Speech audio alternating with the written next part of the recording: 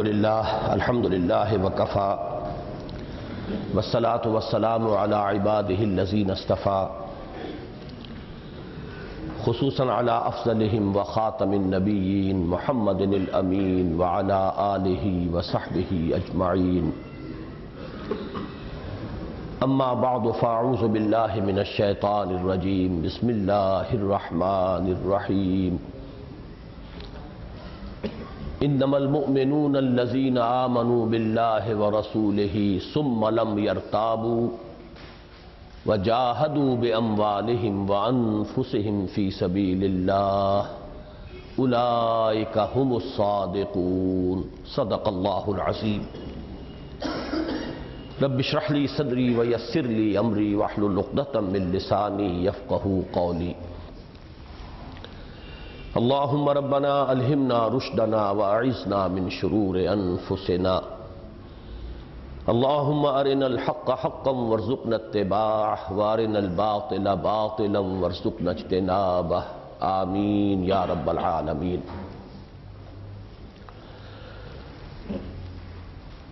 ہماری اس نظریاتی ریفریشر کو کے پروگرام میں سب سے پہلے آپ حضرات نے بڑی تفصیل ساتھ مطالعہ کیا ہے میری اس تحریر کا جو مئی 1967 میں سپرد قلم ہوئی تھی اور جون کے میثاق میں 1967 میں پہلی مرتبہ شائع ہوئی تھی۔ آپ نے خود محسوس کیا ہوگا کہ میرا جو بھی ذہن ہے، جو بھی فکر بنا ہے، جو بھی سوچ ہے، وہ بڑی جامعیت کے ساتھ اس تحریر میں آ گئی ہے۔ میں نے بھی ابھی جب یہ لیکچرز دیے ہیں دوبارہ 22.5 برس بعد، تو میں نے بھی یہ محسوس کیا کہ الحمدللہ کہ میری سوچ اور میرا فکر جو بھی کچھ ہے وہ اس وقت پختہ ہو چکا تھا۔ یہ ضرور ہے کہ اس کے خاکے میں بعض جگہوں پر رنگ اور گہرا ہوا ہے، بعض چیزیں مزید تفصیل کے ساتھ میرے سامنے واضح ہو کر آئی ہیں، لیکن یہ کہ جیسے آم کی گٹھلی میں پورا آم کا درخت پوٹینشلی بالقوہ موجود ہوتا ہے، اسی طرح اس مختصر تحریر میں میری وہ پوری سوچ مضمر ہے کہ جس کے نتیجے میں اس تحریر کے لکھے جانے کے تقریباً 5.5 سال بعد مرکزی انجمن خدام القرآن قائم ہوئی۔ پھر کچھ عرصے کے بعد اس قرآن اکیڈمی کا سنگ بنیاد رکھا گیا۔ پھر یہ کہ اسی زمانے میں تقریباً تنظیم اسلامی کی تاسیس ہوئی، اس لیے کہ سن 76 میں اس قرآن اکیڈمی کا سنگ بنیاد رکھا گیا تھا اور سن 75 میں تنظیم اسلامی کی تاسیس ہوئی۔ تو یہ جو مختلف ایسپیکٹس ہیں، مختلف شعبے ہیں کہ جو ہماری اس تحریک میں شامل ہیں، ان سب کا بنیادی فکر جو ہے وہ اس تحریر میں موجود ہے۔ اب آج جو ہمیں مطالعہ کرنا ہے اس کا جو ایک منطقی ربط ہے اس تحریر کے ساتھ، اسے سمجھ لیجئے۔ پہلی بات تو یہ ہے کہ اسلام کی نشأت ثانیہ میں ہم نے اس وقت جو دنیا کی کیفیت ہے تہذیب اور تمدن اور فکر کے اعتبار سے، اس سے اپنی گفتگو شروع کی، اور ساتھ ہی ہم نے جائزہ لیا کہ عالم اسلام میں کون کون سی قوتیں اور تحریکیں اس وقت برسر کار ہیں، ان کی کیا کیا کنٹریبیوشنز ہیں جو مثبت ہیں، پازیٹیو ہیں، کہاں کہاں کمی ہے، اور ہم نے جو کام اپنے لیے تجویز کیا ہے جس کے لیے کہ یہ اجتماعیت تشکیل دی ہے، اس کا صغرا کبرا کیا ہے، اس کے ہدف کیا ہیں، اس کے بنیادی اقدامات کیا ہیں۔ آج ہمیں ذرا ایک دوسری ڈائمنشن میں اپنے مطالعے کا آغاز کرنا ہے، اور وہ ایک زمانی ڈائمنشن ہے۔ پس منظر کیا ہے؟ امت مسلمہ کی تاریخ 1400 برس پر پھیلی ہوئی۔ پھر یہ ہے کہ یہ پہلی امت نہیں تھی، جیسے کہ ایک حدیث میں آتا ہے کہ حضور نے فرمایا انا آخر المرسلین وانتم آخر الامم، میں رسولوں میں سب سے آخری رسول ہوں اور تم آخری امت ہو۔ تو تاریخ جو اسلام کی ہے در حقیقت وہ صرف حضور صلی اللہ علیہ وسلم کی ذات مبارک سے شروع نہیں ہوتی، بلکہ اس کا آغاز تو حضرت آدم سے ہے۔ اگرچہ حضرت آدم سے لے کر حضرت موسیٰ علیہ السلام تک کی تاریخ کو زیادہ تفصیلات کے ساتھ محفوظ نہیں ہے، ایک امت کی حیثیت سے پہلی مرتبہ بنی اسرائیل جو ہیں وہ اس دنیا کی سٹیج پر نمودار ہوئے۔ گویا کہ جہاں تک ہمیں معلوم ہے، ہماری معلومات کی حد تک پہلی امت بنی اسرائیل اور دوسری اور آخری امت یہ امت محمد صلی اللہ علیہ وسلم۔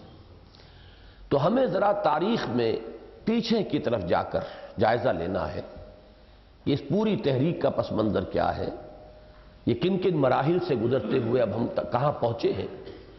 تو یوں سمجھیے کہ ایک ڈائمنشن تھی اس وقت کی، مکانی ڈائمنشن کہہ لیجئے اسے، اس کا زیادہ تعلق اس وقت کی سپیس سے ہے۔ اس وقت دنیا میں کون سا فلسفہ، کون سی فکر، کون سی تہذیب کا غلبہ ہے، اس کا صغرا کبرا کیا ہے، اس کے عناصر کیا ہے فکری، اور پھر یہ کہ اس کا رد عمل عالم اسلام میں کس کس طور سے ہو رہا ہے اور ہم کیا کر رہے ہیں۔ یہ گویا کہ اس وقت موجود الوقت ظروف اور احوال کے اعتبار سے ہمارا تجزیہ اور ہمارا جائزہ اور ہماری تشخیص اور ہماری تجویز۔ لیکن ایک ہے اب ذرا لینئر ڈائریکشن جو ہے ماضی میں پیچھے کی طرف جا کر ہمارے ذہنوں میں خاکہ بن جانا چاہیے، اس لیے کہ ایسا محسوس نہیں ہونا چاہیے کہ گویا کہ ہم کہیں خلا سے ٹپک پڑے ہیں۔ ہماری تحریک یا ہماری یہ کوشش جو ہے، جسے انگریزی میں بولڈ فرام دی بلو کہا جاتا ہے، گویا کہ آسمان سے اچانک کوئی چیز جو ہے وہ ٹپک پڑی، ایسا نہیں ہے، بلکہ اس کی ایک بڑی طویل تاریخ ہے اور اس کا بھی ایک خاکہ ہمارے ذہنوں میں ہونا چاہیے۔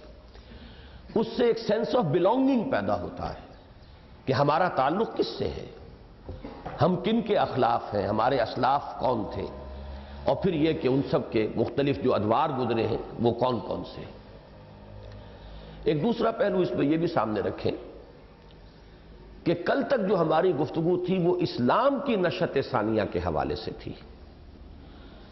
آج سے جو ہم گفتگو شروع کر رہے ہیں وہ مسلمانوں کے عروج و زوال سے متعلق ہے۔ یہ دونوں چیزیں باہم گڈمڈ ہیں۔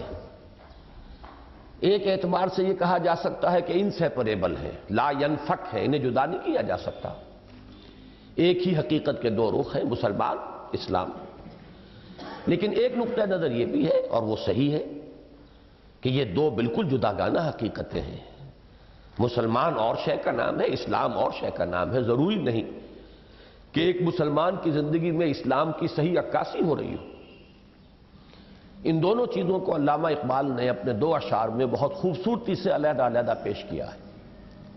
چنانچہ جو پہلا تصور ہے کہ ایک ہی شے ہے در حقیقت، اس کو انہوں نے غالباً یہ شکوہ کا شعر ہے، ان کی جو مشہور نظم ہے کہ ہم تو جیتے ہیں کہ دنیا میں تیرا نام رہے، کہیں ممکن ہے کہ ساقی نہ رہے جام رہے۔ گویا کہ ایک مسلمان یہ کہہ رہا ہے اللہ تعالیٰ سے کہ ہماری تو زندگی کا مقصود ہی یہ ہے کہ ہم تیرا نام دنیا میں زندہ رکھنے کے لیے گویا کہ جی رہے ہیں، اس لیے کہ یہ ممکن ہی نہیں کہ ساقی نہ ہو اور جام جو ہے وہ گردش میں آئے۔ تو اصولی اعتبار سے یہ بات صحیح ہے کہ مسلمانوں کو تو اسی لیے زندہ رہنا ہے کہ وہ جام ہدایت قرآن حکیم یا دین اسلام جو اللہ تعالیٰ نے ہمیں دیا ہے، ہمیں اسے گردش میں لانا ہے، تمام اقوام تک پہنچانا ہے، بنی نوع انسان کو اس جام سے سیراب کرنا ہے۔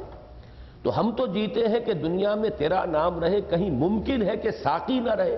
اب ساقی ہے امت، کہیں ممکن ہے کہ ساقی نہ رہے جام رہے۔ لیکن غالباً جواب شکوہ ہی میں اس کا دوسرا رخ بھی موجود ہے۔ اسی نظم کا جو جواب پھر لکھا تھا علامہ نے، تو نہ مٹ جائے گا ایران کے مٹ جانے سے، نشہ میں کو تعلق نہیں پیمانے سے۔ شراب کا نشہ اور شے ہے، پیمانہ اور شے ہے۔ شراب اچھی ہو، پیمانہ چاہے بڑا ہی کوئی جام جم سے یہ میرا جام سفال اچھا ہے، کوئی سفالی کا پیالہ ہی اگر ہو تب بھی کوئی حرج نہیں ہے۔ جام جو اس کے اندر جو کانٹینٹ ہے، جو شراب ہے، وہ اچھی ہونی چاہیے۔ تو در حقیقت یہ ظروف و احوال جو ہے امت کے، اسلام کا اس کے ساتھ کوئی لازمی رشتہ نہیں ہے۔ تو نہ مٹ جائے گا ایران کے مٹ جانے سے، نشہ میں کو تعلق نہیں پیمانے سے۔ بہرحال یہ دونوں چیزیں اپنی جگہ پر ہیں، آج کے ہمارے مطالعے میں یہ بات آئے گی بعد میں بھی، لیکن اس وقت یہ ذہن میں رکھیے کہ ہم نے اسلام کی نشأت ثانیہ کی جو تحریر جس کا مطالعہ کیا ہے اس میں ذہن میں یہ رکھیں کہ وہاں گفتگو اسلام کے بارے میں اصولی طور پر، اور اسلام کے عروج و زوال کے کوئی دو دور نہیں ہے۔ اسلام تو ایک مرتبہ حضور صلی اللہ علیہ وسلم کی حیات طیبہ میں بتمام و کمال ظاہر ہوا، بتمام و کمال برقرار رہا خلافت راشدہ میں، وہاں سے اس کا زوال شروع ہو گیا۔ اگرچہ یہ خیال تو بالکل غلط ہے کہ ایک دم ختم ہو گیا، معاذ اللہ، ایسے بات تو نہیں ہے۔ بڑی عظیم عمارت تھی جو محمد الرسول اللہ صلی اللہ علیہ وسلم نے تعمیر فرمائی تھی، وہ اچانک کسی ایک جھٹکے سے، زلزلے کے کسی ایک ہی جو جھٹکا ہے اس سے وہ گر جانے والی عمارت نہیں تھی، البتہ یہ کہ اس کے اندر زوال کا آغاز ہو گیا خلافت راشدہ کے اختتام کے ساتھ ہی، اور وہ زوال مسلسل 1400 برس جو بھی اب ہو گئے، پونے 1400 برس یا 1350 برس جو بھی آپ کہیں، وہ مسلسل چلا آ رہا ہے۔ نشأت ثانیہ تو ایک ہی مرتبہ ہوگی، اب جب بھی ہوگی وہ کتنے لمبے پروسیس سے ہوتی ہے۔ نشأت ثانیہ کے معنی دوبارہ کا ابھار، دوبارہ اٹھنا۔ تو اسلام کی نشأت ثانیہ، نشأت اولا، اس اسلام کی جو مکمل ہوا محمد الرسول اللہ صلی اللہ علیہ وسلم پر اپنی تکمیلی شکل میں، اس کی نشأت اولا، پہلی مرتبہ کا اٹھنا وہ حضور کے دست مبارک سے، اور بتمام و کمال وہ برقرار رہا خلافت راشدہ تک۔ اس کے بعد سے اس کا زوال ہے، تدریجاً وہ زوال آیا ہے، ہوتے ہوتے بہت سے مراحل سے گزرتا ہوا وہ زوال اپنی انتہا کو پہنچا ہے اس صدی میں۔ لیکن یہ کہ اس کو تو ہم بعد میں پڑھیں گے، اب اس کی تدریجاً ہی وہ نشأت ثانیہ کا پروسیس جو ہے تدریجاً ہوگا ایک ہی مرتبہ، گویا کہ اسلام کے عروج و زوال کے دو ادوار نہیں ہیں۔ یہ جو آج ہم پڑھیں گے یہ مسلمانوں کے عروج اور زوال کے دو دور ہیں، ان دونوں کو علیحدہ علیحدہ کر لیجیے۔ اس اعتبار سے وہ حدیث ذہن میں لے آئیے کہ بڑی مشہور حدیث ہے، میں سمجھتا ہوں کہ ہمارے ساتھیوں میں سے اکثر کو یاد ہوگی، کہ حضور نے فرمایا بدا الاسلام غریبا وسیعود کما بدا فطوبی للغرباء۔ اسلام کا تو آغاز اس طرح سے ہوا کہ وہ اجنبی تھا، بالکل اس کا شناسہ، اس کا جان پہچان والا کوئی تھا ہی نہیں، اکیلے تھے محمد الرسول اللہ صلی اللہ علیہ وسلم۔ بات شروع ہوئی، آپ نے فرمایا اس کے بعد اللہ نے غلبہ دیا ہے اسے، سطوت اور شوکت، حکومت، لیکن سیعود کما بدا، اب سین کے ساتھ جو آتا ہے فعل مضارع، اس میں انقریب، زیادہ دیر نہیں لگے گی، انقریب سیعود، انقریب وہ پھر لوٹ جائے گا اسی پہلی حالت میں، کما بدا، جیسے کہ اس کا آغاز ہوا تھا۔ فطوبی للغرباء، تو اب تہنیت ہے، مبارکباد ہے ان لوگوں کے لیے جو اسلام کے ساتھ اپنے آپ کو وابستہ رکھیں۔ اسلام اجنبی ہو جائے تو وہ بھی اجنبی ہو جائیں، وہ بھی اپنے ماحول کے اندر اجنبی بن کر رہ جائیں، آؤٹ کاسٹ ہو جائیں، ان کے جان پہچان والے نہ رہیں، ان کی سی سوچ رکھنے والے نہ رہیں، انہیں اپنے ہم خیال لوگ نہ ملیں، ہم مقصد لوگ نہ ملیں، اس کے باوجود وہ اسلام کے دامن سے وابستہ رہیں، ان کے لیے تہنیت ہے، ان کے لیے مبارکباد ہے۔ تو یہ حدیث میرے اس مفہوم کو بڑی خوبصورتی سے ادا کر رہی ہے کہ اسلام کا عروج تو جو ہوا تھا وہ بہت ہی جلد زوال پذیر ہوا ہے، اور مسلسل زوال ہی زوال ہے جو چل رہا ہے، اور اسلام کی نشأت ثانیہ تو ایک ہی بار ہوگی، اور اب کہ ہوگی گلوبل ہوگی۔ کس پروسیس سے ہو کر ہوتی ہے یہ ابھی آج کے ہمارے مطالعے میں انشاءاللہ وہ بات آئے گی، لیکن یہ کہ جب ہوگی تو گلوبل ہوگی پوری دنیا میں، جیسے موجودہ تہذیب گلوبل ہے، پوری اس کرۂ ارضی کے اوپر اس کا احاطہ ہے اور اس کا استیلاء ہے، اسی طرح اب اسلامی تہذیب آئے گی، اسلام کا غلبہ آئے گا تو وہ بھی گلوبل ہوگا، عالمی ہوگا۔ لیکن یہ کہ مسلمانوں کا معاملہ ذرا مختلف ہے، ان میں عروج و زوال کے دو دور آئے۔ یہ دوسری بات ہے جس کو ذہن میں رکھنا چاہیے کہ ہمارے مطالعے میں کل اور آج کے بارے میں جو فرق آ رہا ہے۔ تیسری بات یہ کہ کل کے مطالعے کے اختتام پر بہت سے حضرات نے محسوس کیا ہوگا کہ یہ ہم تنظیم اسلامی کے عنوان سے یہاں جمع ہوئے ہیں، تنظیم اسلامی کا یہ نظریاتی ریفریشر کورس ہے، لیکن اس پورے 9 گھنٹے کے مطالعے میں تنظیم کا ذکر تو بہت ہی کم اور بڑے ثانوی درجے میں بالکل اختتام پر جا کر آیا ہے۔ تو آج در حقیقت اس وقت جو ہم بات شروع کر رہے ہیں وہاں سے گویا کہ اس کا کانورس جو ہے، اس کا عکس شروع ہو رہا ہے، اور اس کے لیے تمہیداً میں یہ عرض کر دوں کہ یہ دونوں کام جو ہیں در حقیقت پیرلل ہیں، ان کے رشتے جڑے ہوئے ہیں آپس میں، وہ رشتہ یہ ہے کہ اسلام کی نشأت ثانیہ کو آپ نے پڑھا تو معلوم ہوا کہ اس کام کے لیے بھی اگرچہ شرط لازم ہے وہ ایک علمی انقلاب ہے، لیکن اس کے لیے لازم ہے عمومی دعوت و تبلیغ کا ایک ادارہ۔ عمومی دعوت و تبلیغ کا وہ ادارہ جب ہم نے تنظیم اسلامی کے تحت قائم کیا تو اس میں بھی یہ بات موجود ہے قرارداد تاسیس میں کہ اس کے لیے ضروری ہے کہ موجودہ دور کے جو ملحدانہ افکار و خیالات ہیں ان کا مدلل ابطال کرنے کے لیے ایسے نوجوان تیار کیے جائیں، ایسے باصلاحیت لوگوں کو تربیت دی جائے کہ جو ان کا مدلل ابطال کر سکیں۔ گویا کہ دونوں چیزیں جڑی ہوئی ہیں، اگرچہ ان دونوں کا اینگل آف ویو مختلف ہے۔ یوں سمجھیے کہ یہ میز رکھی ہے، میز ایک ہی ہے، ادھر والے اسے دیکھ رہے ہیں تو یہ سائیڈ انہیں نظر آ رہا ہے، یہ نظر آ رہا ہے، یہ نظر نہیں آ رہا، بلکہ یہ سامنے والا بھی انہیں تھوڑا نظر آ رہا ہے، ادھر والا حصہ۔ اصل ارتکاز توجہ جو ہے ان حضرات کا وہ اس سائیڈ پر، ادھر جو بیٹھے ہیں انہیں یہ سائیڈ بالکل نظر نہیں آ رہا، یہ نظر آ رہا ہے، اور اس سائیڈ میں بھی ارتکاز توجہ ادھر ہے۔ تو شے ایک ہے، لیکن یہ کہ اینگلز آف ویو کے فرق سے اس کی جو بھی نتائج سامنے آتے ہیں ان میں زمین و آسمان کا فرق ہو جاتا ہے۔ وہ اینگل آف ویو کیا ہے؟ جیسا کہ میں نے آپ نے اس کل کے ویڈیو میں سنا ہوگا کہ میں نے کہا ہم آسمان سے چلے ہیں، اس وقت کون سی فضا ہے، اس فضا میں کون سے نظریات ہیں، کون سے افکار ہیں، تہذیب کون سی ہے جو غالب ہے، یہاں سے بات شروع ہوئی and down on the ground ہم پہنچ گئے اب کرنا کیا ہے۔ لیکن اب جو معاملہ شروع ہوگا جس پر کہ تنظیم کے فلسفے کو سمجھنے کا دار و مدار ہے وہ ہے from the ground up words.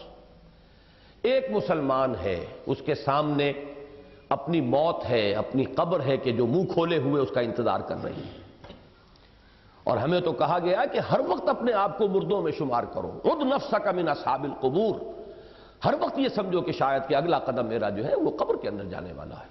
جب تک استحضار موت اس درجے میں نہیں ہوگا انسان کے، دنیا کے ساتھ جو ایک انقطاع قلبی درکار ہے وہ کبھی نہیں ہوگا۔ ہر وقت انسان اپنے آپ کو سمجھے عد نفسک من اصحاب القبور، شمار کرو اپنے آپ کو قبروں والوں میں کہ گویا کہ تم قبر میں پہنچ چکے ہو یا پہنچا چاہتے ہو۔ تو اب میں ہوں اور میری قبر ہے اور میرا محاسبہ اخروی ہے۔ من مات فقط قامت قیامتہ، جو مر گیا اس کی تو قیامت کھڑی ہو گئی۔ لہذا اس کے اعتبار سے غور ہے، اس میں عامی کا مسئلہ بھی ہے اور خواص کا مسئلہ بھی ہے، جاہلوں کا بھی ہے اور علماء کا بھی ہے، منطقیوں کا بھی ہے اور غیر منطقیوں کا بھی ہے۔ ہر فرد نوع بشر کا معاملہ ہے اخروی نجات، اخروی فلاح، یہ اس کی ضرورت ہے۔ لہذا اس کے اعتبار سے غور و فکر کہ پھر فرائض کیا ہیں، کیا طرز عمل اختیار کریں کہ امید کی جا سکے کہ وہاں ہم نجات پا جائیں، یہ یہاں سے سوچ جب شروع ہوتی ہے تو پھر تنظیم کا صغرا کبرا سمجھ میں آئے گا۔ لیکن یہ کہ در حقیقت دونوں چیزیں پھر مٹ جائیں گی کہ اس کام کے لیے ایک عالمی انقلاب، گلوبل ڈومینیشن کے لیے بھی لازم ہے وہ علمی انقلاب، لیکن اس کے لیے ضروری ہے ایک دعوت کا ایک عمومی ادارہ، اور اس کام کے لیے بھی اقامت دین جو ہمارے فرائض کے اوپر ٹاپ پر ہے اس کے لیے ضروری ہے کہ جدید نظریات کا پرزور اور مدلل ابطال کیا جائے۔ یہاں آ کر وہ ڈانڈے مل جاتے ہیں اور دونوں تحریکیں جو ہیں گویا کہ ایک ہی حقیقت کے دو ایسپیکٹس کی شکل اختیار کر لیتی ہیں۔ اب آج ہمیں سب سے پہلے یہ جو کتاب ہے دعوت رجوع القرآن کا منظر اور پس منظر، اس کا جو حصہ دوم ہے اس کا پہلا مقالہ پڑھنا ہے جو بہت مختصر ہے، لیکن جن حضرات نے میری فرمائش کہہ لیں، ہدایت کہہ لیں، اس کے مطابق مقدمے کا مطالعہ کر لیا ہے اس کتاب کے، ان کو معلوم ہے کہ میں نے اس کے بارے میں لکھا ہے کہ مجھے اپنی اس تحریر سے بہت محبت ہے۔ ویسے تو یہ کہ تحریر جو بھی ہوتی ہے، تصنیف، تالیف، تحریر، یہ ایک طرح کی تخلیق ہوتی ہے انسان کی، اور ہر خالق کو اپنے مخلوق سے بڑی محبت ہوتی ہے، تو لکھنے والوں کو اپنا ہر لفظ جو ہے وہ بہت ہی عزیز ہوتا ہے۔ وہ تو یہ سمجھتے ہیں کہ میں نے موتی ٹانکے ہیں، لیکن یہ کہ بہرحال ان کے اندر بھی ایک فرق اور تفاوت ہوتا ہے کہ بعض چیزوں سے ایک قلبی محبت اور قلبی لگاؤ زیادہ ہوتا ہے۔ تو یہ در حقیقت ان چند تحریروں میں سے ہے جو بہت مختصر ہے، لیکن جس پر کہ واقعتاً مجھے ایک پہلو سے بلکہ وہ لفظ فخر بھی میں استعمال کر رہا ہوں کہ فخر بھی ہے کہ میں نے بالکل پن پوائنٹ کیا ہے، اور میرے علم کی حد تک یہ بات اور کسی صاحب کی طرف سے میرے علم میں نہیں آئی ہے، واللہ عالم۔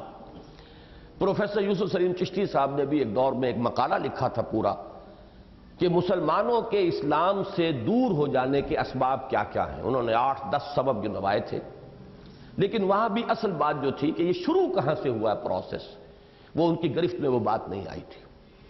یہ تو جو مقدمہ آپ نے پڑھا ہے تو اس کا تو آغاز ہی اس سے ہوا ہے کہ حضرت شیخ الہند نے بھی فرمایا کہ ہمارے زوال کا سبب ہے قرآن کو چھوڑ دینا. اب یوں سمجھیے کہ یہ علماء میں چوٹی کی ایک شخصیت ہے، استاد العلماء شیخ الشیوخ، اپنی 70 برس کی عمر میں یہ بات کہہ رہا ہے. تو یہ بات نہیں ہے کہ کوئی نوجوانی کی ترنگ کے اندر کوئی بات کہہ دی ہو، کسی وقت کوئی خاص خیال کی لہر آئی ہو اور وہ بات کہہ دی ہو. انہوں نے کہا 4 برس کا میرا غور و فکر جو ہے اس کا حاصل یہ. اور دوسری شخصیت جو کالجوں سے اور یونیورسٹیوں سے ابھر کر آئی، عظیم ترین شخصیت اس صدی کی پورے عالم اسلام کے اعتبار سے، حضرت شیخ الہند کا معاملہ تو ہندوستان تک ہے، یا یہ کہ کچھ افغانستان تک بھی ان کا اثر جو ہے، دیوبند کا چونکہ اثر بہت کافی گہرا ہے افغانستان تک بھی، تو آپ کہہ سکتے ہیں کہ پاکستان اور افغانستان، ہندوستان، بس یہی ممالک ہیں جو شیخ الہند سے واقف ہیں. لیکن یہ کہ علامہ اقبال کا معاملہ تو اس وقت پورے عالم اسلام کے اندر ہے. انہیں تسلیم کیا جاتا ہے اس دور کا بہت بڑا مفکر، اور ان کی تشخیص بھی یہی ہے جیسا کہ میں نے لکھا کہ خارز محجور یہ قرآن شدی. بلکہ میں نے تو بارہا کہا ہے کہ میرے اپنے ذہن میں تو 10 برس کی عمر کا چپکا ہوا وہ شعر جو ہے اس نے نہ معلوم میری زندگی کے اندر کہاں کہاں کس کس جگہ پر جو ہے میری رہنمائی کی ہے، اور مجھے جہاں سے جہاں تک اللہ نے پہنچایا ہے اس میں کتنا بڑا ذریعہ اللہ نے اس شعر کو اس وقت میرے شعور میں چپکا کر جو اس نے فضل کیا تھا اس کا حصہ ہے کہ وہ زمانے میں معزز تھے مسلمان ہو کر اور تم خار ہوئے تارک قرآن ہو کر. بعد میں وہ فارسی کلام بھی جب میں نے پڑھا کچھ تو پھر یہ جو کیفیت ہے، خار از محجوری قرآن شدی شکوہ سنجے گردش دوران شدی اے چو شبنم بر زمیں افتندئی در بغل داری کتاب زندئی. تو یہ دونوں عظیم اعاظم رجال جنہیں میں نے کہا ہے مقدمے میں، ان کا متفق ہو جانا ایک تجویز ایک تشخیص پر، یہ ایک بہت بڑی بات ہے. متفق گردید رائے بو علی بارائے من. لیکن یہ پروسیس شروع کہاں سے ہوا؟ آیا یہ کوئی سازش تھی، دشمنوں نے کیا ہے، یا یہ ہے کہ کوئی منطقی معاملہ ہے، کوئی فطری معاملہ ہے؟ یہ فینومینن جو ہے آیا نیچرل فینومینن ہے، لاجیکل فینومینن ہے، یا یہ کہ کوئی اغیار کی سازش ہے، دشمنوں کی کارگزاری ہے؟ میں یہ سمجھتا ہوں کہ اس کے سٹارٹنگ پوائنٹ کو اس چھوٹے سے مضمون میں جس طرح میں نے معین کیا ہے، میرا خیال ہے، گمان ہے، خواہش سے میری یعنی اپنے بارے میں ایک عجب پر آپ محمول کریں، میرا گمان یہ ہے کہ یہ بات شاید اس سے پہلے کسی نے نہ کہی ہو. اللہ تعالیٰ کی طرف سے بعض چیزوں پر خصوصی انشراح اللہ تعالیٰ اپنے بعض بندوں کو عطا کرتا ہے اور تبھی کوئی بات آگے بڑھتی ہے. تو وہ بات، 2 چیزیں جو ہیں اس میں اچھی طرح سمجھ لیجئے کہ اس مضمون میں 6 صفحوں میں 2 مضامین آئے ہیں. پہلا یہ کہ بدء الاسلام، اس کا عنوان جو ہے وہ کیا ہے؟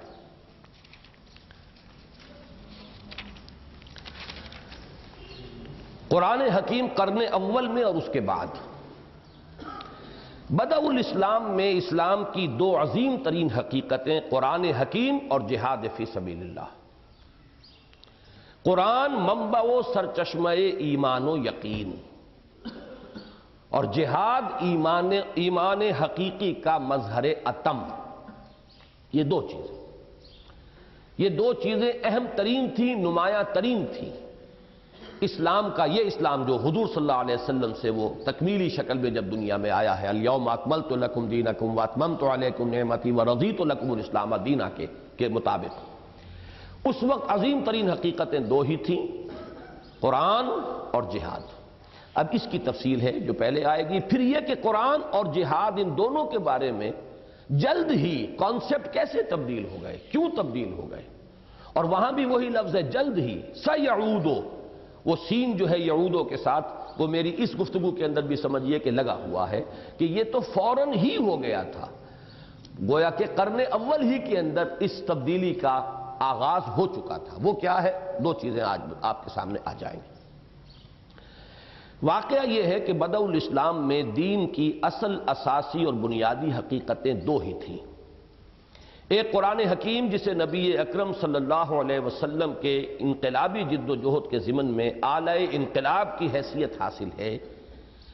بقول مولانا حالی اتر کر حرا سے سوئے قوم آیا اور ایک نسخہ کیمیا ساتھ لایا. اور دوسرے جہاد فی سبیل اللہ، جو جامع عنوان ہے آپ کی اس جد و جہد کے مختلف مدارج اور مراحل کا۔ واقعہ یہ ہے کہ یہ قرآن مجید ہی کی گرج اور کڑک تھی جس نے نیند کے ماتوں کو جگایا اور خواب خرگوش کے مزے لوٹنے والوں کو بیدار کیا۔ چنانچہ والعصر ان الانسان لفی خسر، اور اقترب للناس حسابهم وهم فی غفلۃ معرضون، زمانہ گواہ ہے تمام انسان خسارے میں ہے۔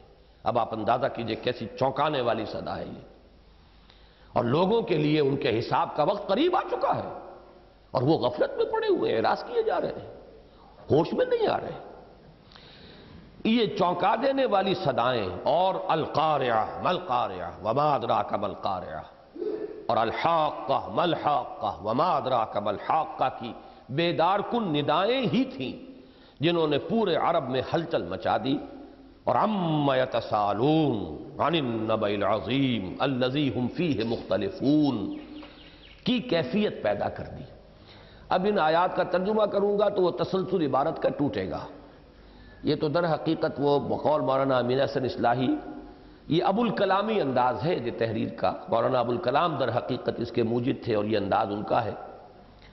اس میں پھر یہ ترجمے ورجمے نہیں ہوتے، یہ ان لوگوں کے لیے ہے کہ جو کم سے کم اتنی استعداد تو رکھتے ہوں، ورنہ پھر یہ کہ عبارت کا تسلسل ٹوٹ جاتا ہے۔ یہ تو عبارت کا جز ہے۔ عما یتساءلون، یہ کس چیز کے بارے میں ایک دوسرے سے سوال کر رہے ہیں؟ چہمے گوئیاں شروع ہو گئیں، اس لیے کہ جب اس طرح کی ندائیں ان سننے میں آئیں، محمد الرسول اللہ صلی اللہ علیہ وسلم نے جب یہ آوازیں بلند کیے تو لوگوں میں ایک ہلچل پیدا ہوئی۔ عما یتساءلون، کس چیز کے بارے میں ایک دوسرے سے پوچھ گچھ کر رہے ہیں؟ عن النبأ العظیم، اس بہت بڑی خبر کے بارے میں، الذی ھم فیہ مختلفون، جس کے بارے میں یہ اختلاف میں مبتلا ہو گئے کہ یہ ہونے والی شے ہے، کیا واقعی حساب کتاب ہوگا؟ کیا واقعی ہم زندہ کیے جائیں گے؟ کیا واقعی ایک ایک لمحے کا ہمارا ہر عمل ریکارڈ ہو رہا ہے؟ کیا واقعی ہمارا ایک ایک لفظ جو ہے وہ کہیں ریکارڈ کیا جا رہا ہے؟ کیا ہمیں اس کی جواب دہی کرنی پڑے گی؟ تو یہ کیفیت در حقیقت جو ہے اس کی پشت پر ہے وہ چونکا دینے والی صدائیں، بیدار کن ندائیں۔ بقول مولانا حالی وہ بجلی کا کڑکا تھا یا صوت ہادی، عرب کی زمین جس نے ساری ہلا دی۔ پھر اسی کی آیات بینات تھیں جنہوں نے هو الذی ينزل علی عبدہ آیات بینات لیخرجکم من الظلمات الی النور، وہی ہے جو نازل فرما رہا ہے اپنے بندے پر صلی اللہ علیہ وسلم یہ روشن آیات، تاکہ نکالے تمہیں اندھیروں سے روشنی کی طرف، کہ مصداق انسانوں کو شرک، الحاد، مادہ پرستی، حب عاجلہ اور حیوانیت محضہ کے ظلمات بعضھا فوق بعض۔ یہ الفاظ نوٹ کیجئے، شرک، الحاد، یہ تو گویا کہ دو نظریاتی گمراہیاں ہیں۔ ایک تو یہ کہ ایک اللہ کو مان کر اور اللہ بھی اور الہ بھی اور آلہہ بھی شامل کر دیے گئے۔ ایک الحاد ہے کہ انکار مطلق، جو موجودہ تہذیب کا گویا کہ خلاصہ سمجھ لیجئے۔ مادہ پرستی اس کا نتیجہ ہے۔ پھر تو ظاہر بات ہے کہ جو چیز مادی ہے، حقیقی ہے، واقعی ہے، پھر اسی کی پرستش ہوگی، اسی کے پیچھے لوگ لگیں گے، بھاگ دوڑ اسی کے لیے ہوگی۔ حب عاجلہ، یہ بھی وہ اسی کی اس دنیا کی محبت، فوری طور پر جو نکلنے والے نتائج ہیں ہماری جد و جہد کے، ان پر توجہ کا ارتکاز، اور حیوانیت محضہ، جب روح کا انکار ہوا تو انسان صرف حیوان رہ گیا، اور ہیومن جو اس کی پرسنالٹی ہے اس میں اصل فیصلہ کن عمل دخل اس کے اینیمل انسٹنکٹس کو ہو گیا۔ یہ حیوانیت محضہ ہے کہ انسان صرف حیوان بن کر رہ گیا۔ وَلَا تَكُونُوا كَالَّذِينَ نَسُوا اللَّهَ فَأَنسَاهُمْ أَنفُسَهُمْ أُولَٰئِكَ هُمُ الْفَاسِقُونَ۔ یہ ہے ظلمات بعضھا فوق بعض، تاریکیوں پر تاریکیاں، تہ بر تہ تاریکیاں۔ سب سے نیچی بنیادی تاریکی یا شرک یا الحاد، اس کے اوپر حب عاجلہ اور مادہ پرستی، نتیجہ انسان محض حیوان بن کر رہ گیا۔ یہ ہے ظلمات بعضھا فوق بعض۔ ایسے مہیب اور ہولناک اندھیروں سے نکال کر ان آیات بینات نے انسان کو ایمان اور یقین کی روشنی سے بہرہ فرمایا۔ چنانچہ وہ ایک طرف عرفان الہی اور محبت خداوندی سے سرشار، یعنی مست بادہ الست ہو گئے۔ الست بربکم قالوا بلا، مست بادہ الست، یہ ہمارے ہاں ادبی طور پر یہ ایک اصطلاح استعمال ہوتی ہے کہ جن کو اپنا وہ عہد یاد ہو یا یاد کر لیں، یاد دلا دیا جائے، یاد آ جائے، پھر وہ اسی کے اندر مست ہو جائیں، پھر ان کی پوری زندگی در حقیقت قالو بلا اس کی عملی تفسیر بن جائے۔ اور دوسری طرف دنیا و ما فیہا ان کے نگاہوں میں مچھر کے پر سے بھی حقیر تر ہو گئے۔ یہ حدیث ہم پڑھ چکے ہیں اسلام کے نشأت ثانیہ میں بھی، کہ حضور نے فرمایا کہ دنیا و ما فیہا کی وقت اللہ کی نگاہ میں اگر ایک مچھر کے پر کے برابر بھی ہوتی تو کسی کافر کو وہ یہاں سے ایک گھونٹ پانی کا بھی نہ دیتا۔ یہ مضمون ایک اور پیرائے میں سورہ زخرف میں آیا ہے کہ ہم تو ان کافروں کو اس دنیا کے اندر ہم تو سونے کے محل بنا دیتے، اور اب بنائی دی ہے اللہ نے۔ اب آپ امریکہ میں جا کر دیکھیے تو سونے سے زیادہ قیمتی شے جو ہے ان کی تعمیر ان پر ہو رہی ہے۔ ابو ظبی میں جا کر دیکھیے تو وہ نقشے نظر آ جائیں گے، ان کے لیے چارپائیاں بھی اور کواڑ بھی اور چوکٹیں بھی سب سونے کی بنا دیتے۔ ہماری نگاہ میں تو کوئی وقت اس کی نہیں ہے۔ یہ سب کچھ ہم نے انہیں دے دیا تو اس لیے دے دیا کہ ہماری نگاہ میں کوئی وقت نہیں۔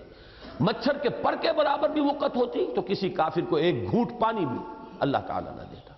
تو جب تک یہ باطنی کیفیت نہ ہو در حقیقت گویا کہ ابھی وہ حال نہیں بنا ہے ایمان کا حال بن جانا۔ کل جہاں ہم اس اپنے نشأت ثانیہ کے دوسرے حصے میں جہاں پہنچے تھے وہاں سے اب ہمارا آغاز ہو رہا ہے، اور وہ کلیتاً طالب عقبہ بن گئے۔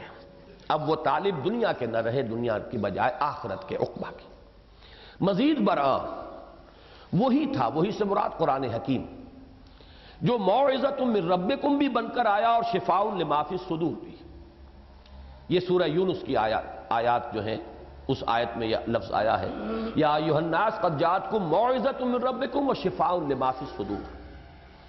چنانچہ اسی کے ذریعے لوگوں کا تزکیہ نفس بھی ہوا اور تصفیہ قلب و تجلیہ روح بھی۔ یہ ذرا 3 الفاظ ثقیل آئے ہیں لیکن نوٹ کر لیجئے۔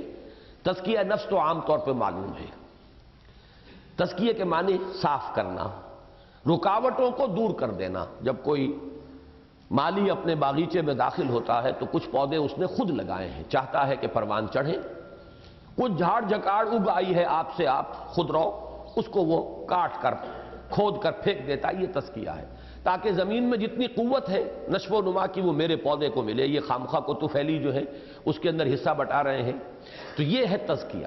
تو انسان کے نفس کا تزکیہ تاکہ اللہ تعالیٰ چاہتا ہے کہ یہ انسان جس رخ پر ترقی کرے اس پر ترقی کرے اور وہ رکاوٹیں جو ہیں وہ اس سے دور کر دی جائیں۔ تصفیہ قلب صفا سے بنا ہے، دل کو صاف کرنا، اس لیے کہ قرآن مجید میں حدیث میں یہ لفظ آیا ہے کلا بل ران علی قلوبہم ما کانوا یکسبون۔ دلوں کے اوپر زنگ آ جاتا ہے، دلوں پر غبار آ جاتا ہے، دلوں پر پردے پڑ جاتے ہیں۔ جیسے کہ ایک حدیث میں آیا، وہ حدیث بھی جو قرآن مجید کے حقوق والا کتابچہ اس میں موجود ہے، کہ حضور نے فرمایا کہ ان هذه القلوب لتصدع كما يصدع الحديد اذا اصابه الماء۔ اس دل کے اوپر بھی زنگ آ جاتا ہے جیسے کہ لوہے پر زنگ آتا ہے جب اس پر پانی پڑتا ہے، تو اب اس کی صفائی کی ضرورت ہے۔ تو تصفیہ قلب اور تجلیہ روح، تجلیہ تجلی، اس کے اندر تنویر ہو، روشنی ہو، جلا بخشی جائے اسے، اس کے اندر نور پیدا ہو جائے۔ گویا اب ذرا یہ الفاظ نوٹ کیجئے گا، گویا انذار ہو یا تبشیر، تبلیغ ہو یا تذکیر، موعظت ہو یا نصیحت، تعلیم ہو یا تربیت، تزکیہ ہو یا تصفیہ، تجلیہ ہو یا تنویر، الغرض تطہیر ہو یا تعمیر۔ اب یہ تمام الفاظ جو آئے ہیں ان کو 2 کھاتوں میں تقسیم کر لیجئے، تطہیر اور تعمیر۔ تطہیر یہ کہ بری چیزیں جو ہے ان سے پاک کیا جائے، تعمیر جو ہے اچھی چیزیں جو ہے آپ وجود میں لائیں۔ گفت رومی ہر بنائے کوہنا کا آباداں کنند، تو ندانی اولا تعمیر را ویراں کنند۔ پہلے کسی غلط نقش کو مٹایا جائے گا تب صحیح شے اس کے اوپر جو ہے اس کا نقش قائم کیا جائے گا۔ تو تطہیر ہو یا تعمیر، انذار ہو یا تبشیر، تبلیغ ہو یا تذکیر، موعظت ہو یا نصیحت، تعلیم ہو یا تربیت، تزکیہ ہو یا تصفیہ، تجلیہ ہو یا تنویر، الغرض تطہیر ہو یا تعمیر، محمد الرسول اللہ صلی اللہ علیہ وسلم کا پورا عمل دعوت و اصلاح قرآن مجید ہی کے گرد گھومتا ہے۔ یہ حقیقت ہے جس کو 25 برس سے میں بیان کر رہا ہوں، لیکن میں نہیں سمجھتا کہ اب بھی یہ لوگوں پر پورے طور پر واضح ہو سکی۔ جب قرآن ہمارے فوکس سے باہر نکل گیا، دوبارہ اس کو فوکس میں لانا جو ہے آسان کام نہیں ہے۔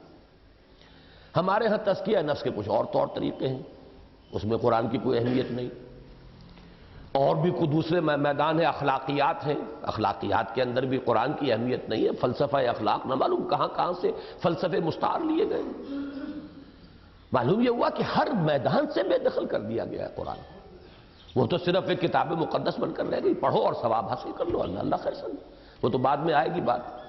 تو اب دوبارہ فوکس میں لانا قرآن کو اور پوری توجہ کا ارتکاز جو ہے آسان کام نہیں، بہت وقت لگے گا ابھی اس پروسیس کو ہم صرف انیشیٹ کر پائے ہیں۔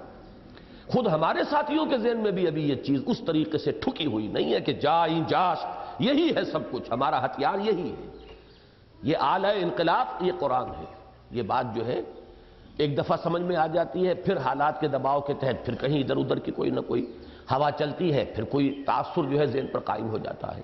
تو اس کو اچھی طرح نوٹ کیجئے، الغرض تطہیر ہو یا تعمیر، محمد الرسول اللہ صلی اللہ علیہ وسلم کا پورا عمل دعوت و اصلاح قرآن مجید ہی کے گرد گھومتا ہے۔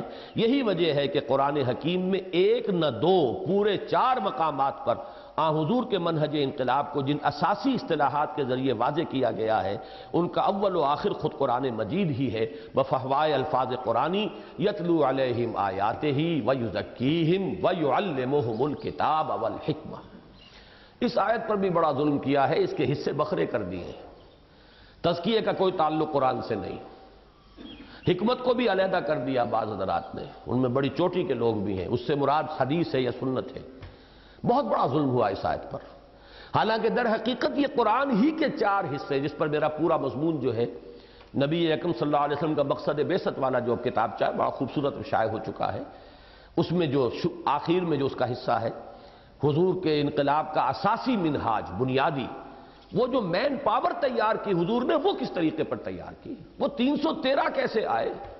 آگے کی داستان تو ہمیں معلوم ہے کہ 313 کو فتح حاصل ہو گئی 1000 پر، لیکن وہ 313 تیار کس پروسیس سے ہوئے تھے؟ اکبر الہ آبادی کے اس شعر کے مصداق کہ خدا کے کام دیکھو بعد کیا ہے اور کیا پہلے، نظر آتا ہے مجھ کو بدر سے غار حرا پہلے۔ یہ پروسیس غار حرا سے شروع ہوا تھا، وہاں کی وہ میڈیٹیشنز تھیں، غور و فکر، تفکر، تبتل اللہ، اس کا پھر ظہور ہوا ہے۔ یہ 12-13 برس جو ہے مکی دور کے، اس میں کیا ہوتا رہا ہے؟ یتلو علیہم آیاتہ ویزکیہم ویعلمہم الکتاب والحکمہ، قرآن ہی کو ذہنوں میں، دلوں میں، شخصیتوں کے اندر جو ہے اتارا جا رہا ہے۔ اسی سے تزکیہ ہوا، اسی سے تجلیہ روح ہوا، اسی سے تصفیہ قلب ہوا، اسی سے تزکیہ نفس ہوا، اسی سے ذہنوں کی تطہیر ہوئی، اسی سے افکار کی اصلاح ہوئی۔ یہ سارا عمل قرآن کے گرد ہے۔ یتلو علیہم آیاتہ ویزکیہم ویعلمہم الکتاب والحکمہ۔ قرآن کا کارنامہ ایک جملے میں بیان کیجئے تو وہ یہ ہے کہ اس نے صحابہ کرام رضوان اللہ تعالی علیہم اجمعین کے دلوں میں ایمان پیدا کر دیا۔ یہ ساری در حقیقت اسی کی شرح ہے۔ یہ سب کیا ہے؟ فقط ایک نقطہ ایمان کی تفسیر ہے۔ یہ سب کچھ جو ہے اس کو جمع کیجئے، ایمان پیدا ہو، اور توحید، معاد اور رسالت پر یقین محکم کی کیفیت پیدا کر دی، جسے ہم نے نشأۃ ثانیہ میں پڑھا ہے، حال بنا دیا۔ صرف قال نہیں، اقرار باللسان نہیں، حال بن گیا۔ کأنک تراہ فإن لم تکن تراہ فإنہ یراک کی کیفیت۔ لیکن اس سے اس ہمگیر تبدیلی کا اندازہ نہیں ہوتا جو قرآن حکیم کی بدولت ان کی زندگیوں میں برپا ہو گئی تھی۔ اب یہاں بھی بڑے خوبصورت الفاظ آئیں گے آگے۔ پہلے جو آئے تھے انہیں ذہن میں کیجئے، وہ ایک گلدستہ جو ہے وہ نیچے جمع ہو گیا تھا جہاں پھول جو ہے باندھ دیے جاتے ہیں، ان تمام کو ہم نے جمع کیا ایک لفظ میں، ایمان۔ لیکن ایمان کا نتیجہ کیا نکلا ہے در حقیقت؟ اب اس کو پھر الفاظ کے حوالے سے اس کی تفصیل کو سمجھیے۔ اس لیے کہ قرآن نے ان کا فکر بدلا، سوچ بدلی، نقطہ نظر بدلا، اقدار بدلی، عزائم بدلے، امنگیں بدلیں، شوق بدلے، دلچسپیاں بدلیں، خوف بدلے، امیدیں بدلیں، اخلاق بدلے، کردار بدلے، خلوت بدلی، جلوت بدلی، انفرادیت بدلی، اجتماعیت بدلی، دن بدلا، رات بدلی، حتیٰ کہ تبدل الارض غیر الارض والسماوات، زمین بدل جائے گی اور اس زمین کی شکل میں نہ رہے گی۔ یہ قیامت کے بارے میں آتا ہے، آسمان اس آسمانوں کی موجودہ حیت پر نہ رہیں گے۔ معلوم ہوا زمین و آسمان تبدیل کر دیے۔ آسمان بدلا، زمین بدلی، الغرض پوری کائنات بدل کر رکھ دی، اور اس پوری تبدیلی کا ذریعہ اور آلہ ہے قرآن حکیم کی آیات بینات۔ اسی کو یہاں پہ میں نے علامہ اقبال کے دوسرے دو شعر دیے ہیں، لیکن یہاں حقیقت میں آنا چاہیے وہ شعر کہ چوں بجاں در رفت جہاں دیگر شود، جہاں چوں دیگر شد جہاں دیگر شود۔ اس دو مصروں کے اندر جب یہ قرآن کسی کے اندر اتر جاتا ہے، یہ اندر اتر کر فکر بدل گئی، سوچ بدل گئی، ویلیوز بدل گئی۔ پہلے ایک چیز اہم نظر آتی تھی، اب غیر اہم نظر آتی ہے۔ پہلے جو بانتہائی غیر اہم تھی، اب وہ اہم ترین نظر آ رہی ہے۔ پہلے موت سے بڑا خوف تھا، اب موت کی آرزو ہے، شہادت کی موت تمنا ہے۔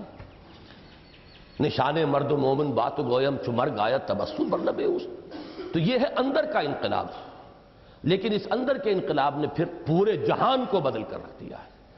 ایک انسان میں یہ حقیقی تبدیلی پیدا ہو جائے، پھر یہ تبدیلی باہر کی پوری دنیا کے بارے میں اس کے نقطہ نظر کو ایٹیچیوڈ کو بدل دے گی، اور یہی تبدیلی ہے جو فرد سے فرد تک بڑھتی ہوئی ایک اجتماعیت اور جماعت اور تحریک کی شکل میں ہو کر اور پھر ایک نظام کو بدل دے گی، دیگرگوں کر ڈالے گی۔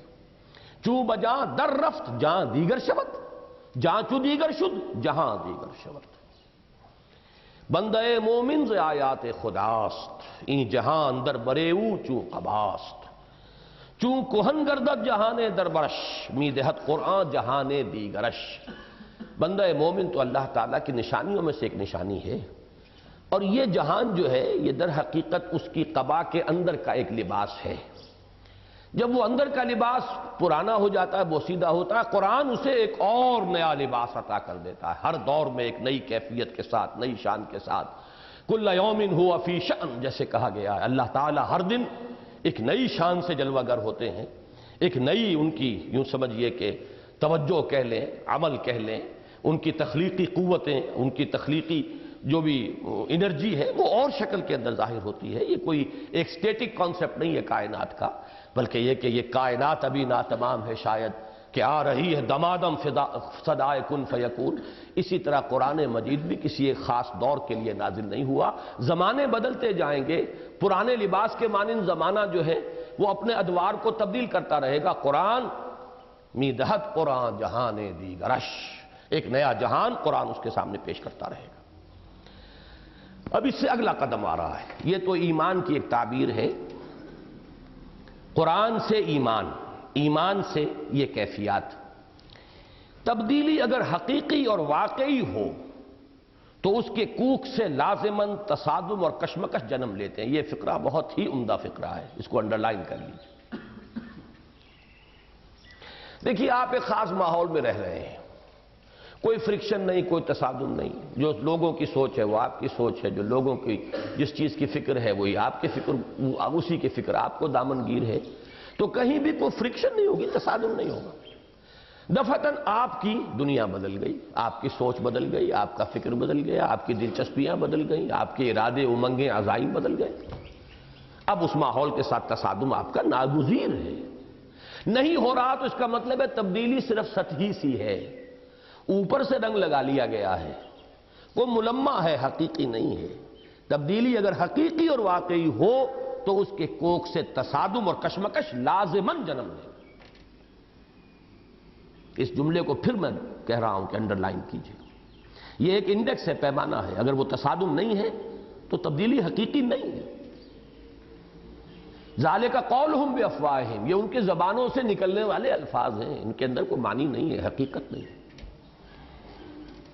جن کے مراحل تبدیلی کی نوعیت اور مقدار کی نسبت سے کم و بیش ہو سکتے ہیں، مراحل بدلیں گے کشمکش کے، ان کے اندر کہیں زیادتی ہوگی، کہیں کمی ہوگی، لیکن کشمکش اور تصادم یہ لازماً نتیجہ ہے تبدیلی کا۔ ایمان نے جو تبدیلی صحابہ کرام میں پیدا کی، اس نے جس تصادم اور کشمکش کو جنم دیا، اس کے جملہ مدارج و مراحل کا جامع عنوان ہے جہاد فی سبیل اللہ۔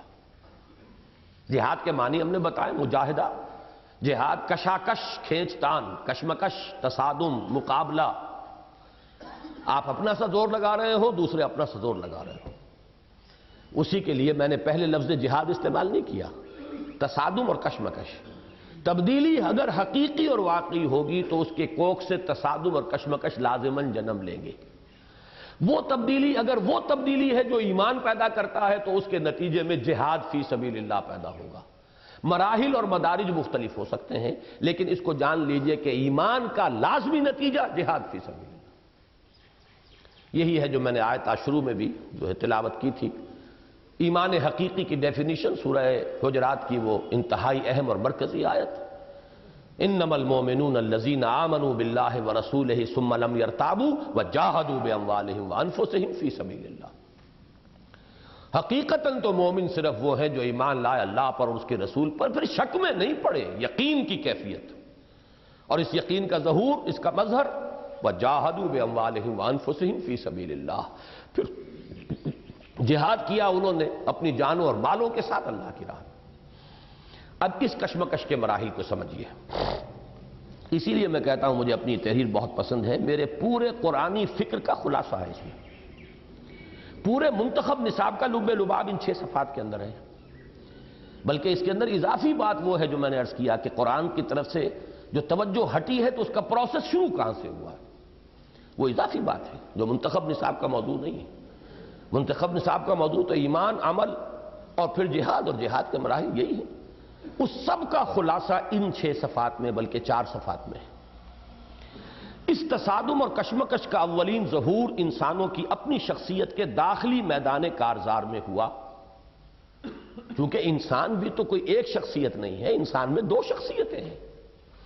انسان میں اس کے اینیمل انسٹنکٹس بھی ہیں، اس کا اڈ ہے، اس کا لیبیڈو ہے، اس کی نفسانی خواہشات ہیں، اسے مال سے محبت ہے، انہ لحب الخیر لشدید، وہ دنیا میں غلبہ چاہتا ہے، ڈومینیشن چاہتا ہے، بغیم بینہم یہ بھی اس کے اندر موجود ہے۔ تو اب ظاہر بات ہے کہ ایمان جو ہے وہ داخل ہوا دل میں، اور اس دل کے اوپر نیچے سے بھی کچھ اثرات آ رہے ہیں، اس کے نفس امارہ کے۔ اب یہاں ایک میدان کارزار جو ہے انسان کی اپنی شخصیت کی، باطنی شخصیت کے میدان میں اب ایک جنگ شروع ہو جائے گی۔ سب سے پہلے یہ جنگ ہے، یہ تصادم ہے جس کا نام جہاد ہے، جہاد مع النفس۔ جو حضور سے پوچھا گیا ای الجہاد افضل یا رسول اللہ، آپ نے فرمایا ان تجاہد نفسک فی طاعت اللہ، سب سے افضل جہاد کون سا ہے اللہ کے رسول؟ فرمایا یہ کہ تم اپنے نفس کے ساتھ جہاد کرو، اسے اللہ کا مطیع بناؤ۔ نفس ما ہم کم طرز فرعون نیست لیکن اراعون ایراعون نیست، میرا نفس بھی فرعون سے کم نہیں ہے۔ بڑا پیارا شعر ہے مولانا روم کا، میرے بہت سے دروس میں آپ نے سنا ہوگا۔ جیسے فرعون نے کہا تھا کہ الیس لی ملک مصر، یہ مصر کی حکومت میری ہے، میرا حکم چلے گا، ایسے میرا نفس کہتا ہے یہ وجود میرا ہے، اس پر میری مرضی چلے گی۔ نفس ما ہم کم طرز فرعون نیست۔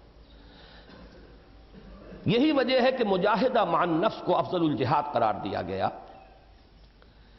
پھر جب یہ ایمان اشخاص کے باطن میں اس طرح راسخ اور مستولی ہو گیا کہ ریب اور تشکک کے کانٹے نکل گئے، ریب، شک، تشکک، یہ شک ہی سے باب تفاعل میں شک حاصل کرنا، شک میں پڑ جانا، یہ کانٹے نکل گئے، تو اسی جہاد و مجاہدے کا ظہور عالم خارجی میں ظالموں، سرکشوں اور خدا کے باغیوں سے کشمکش اور تصادم کی صورت میں ہوا، جس کا مقصد قرار پایا تکبیر رب وَرَبَّكَ فَكَبِّرْ۔ تو یہ 2 جہاد ہو گئے۔ پہلا اندر ہوا ہے، اپنی شخصیت کے اندر۔ اب اسی کیفیت کو کہا جاتا ہے، جب میں نے یہ کہا کہ جب یہاں پر تمکن حاصل ہو گیا، راسخ اور مستولی ہو گیا، اسی کا نام ہے یا ایتھا النفس المطمئنہ ارجعی الی ربک راضیۃ مرضیہ۔ جب تک یہ ایمان، اور ایمان ظاہر بات ہے کہ وہ تو غذا بنی ہے قلب اور روح کی، اور ادھر سے انسان کے جو لوور انسٹنکٹس ہے، اینیمل انسٹنکٹس ہے، ان کا دباؤ پڑ رہا ہے، کشمکش ہو رہی ہے۔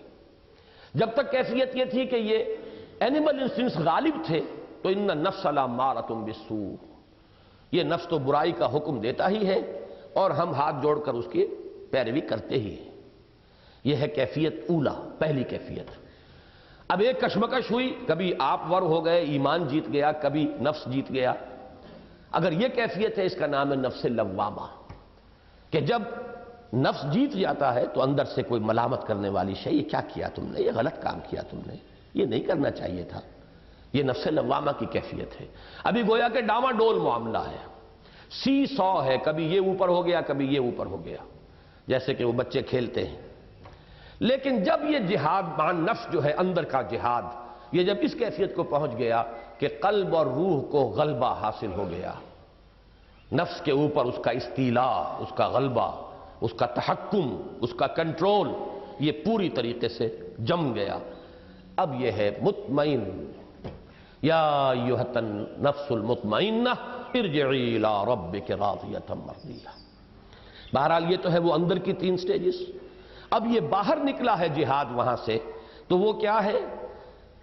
عالم خارجی میں ظالموں، سرکشوں اور خدا کے باغیوں سے کشمکش اور تصادم کی صورت میں ہوا، جس کا مقصد قرار پایا تکبیر رب۔ تکبیر رب سورہ مدثر، یا ایھا المدثر قم فانذر وربک فکبر۔ اب دیکھیے پہلا جہاں سے آغاز تھا ہمارا وہ انذار تھا، ہوش میں آؤ، جاگو، القاریہ ملقاریہ وما ادراک ملقاریہ، یہ انذار تھا۔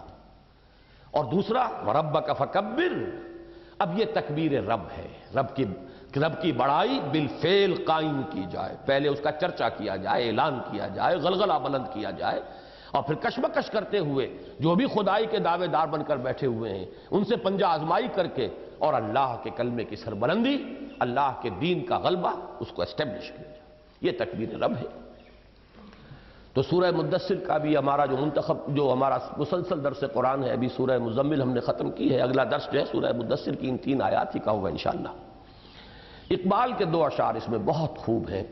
یا وسعت افلاک میں تکبیر مسلسل، یا خاک کی آغوش میں تسبیح و مناجات۔ سبحان اللہ سبحان اللہ سبحان اللہ، 1000 دانے کی تسبیح لے کر بیٹھے ہوئے ہیں، اور الحمدللہ الحمدللہ الحمدللہ یہ ہو رہا ہے، لیکن باطل کے غلبے سے کوئی فکر نہیں، کوئی تشویش ہی نہیں، کوئی چنتا ہی نہیں۔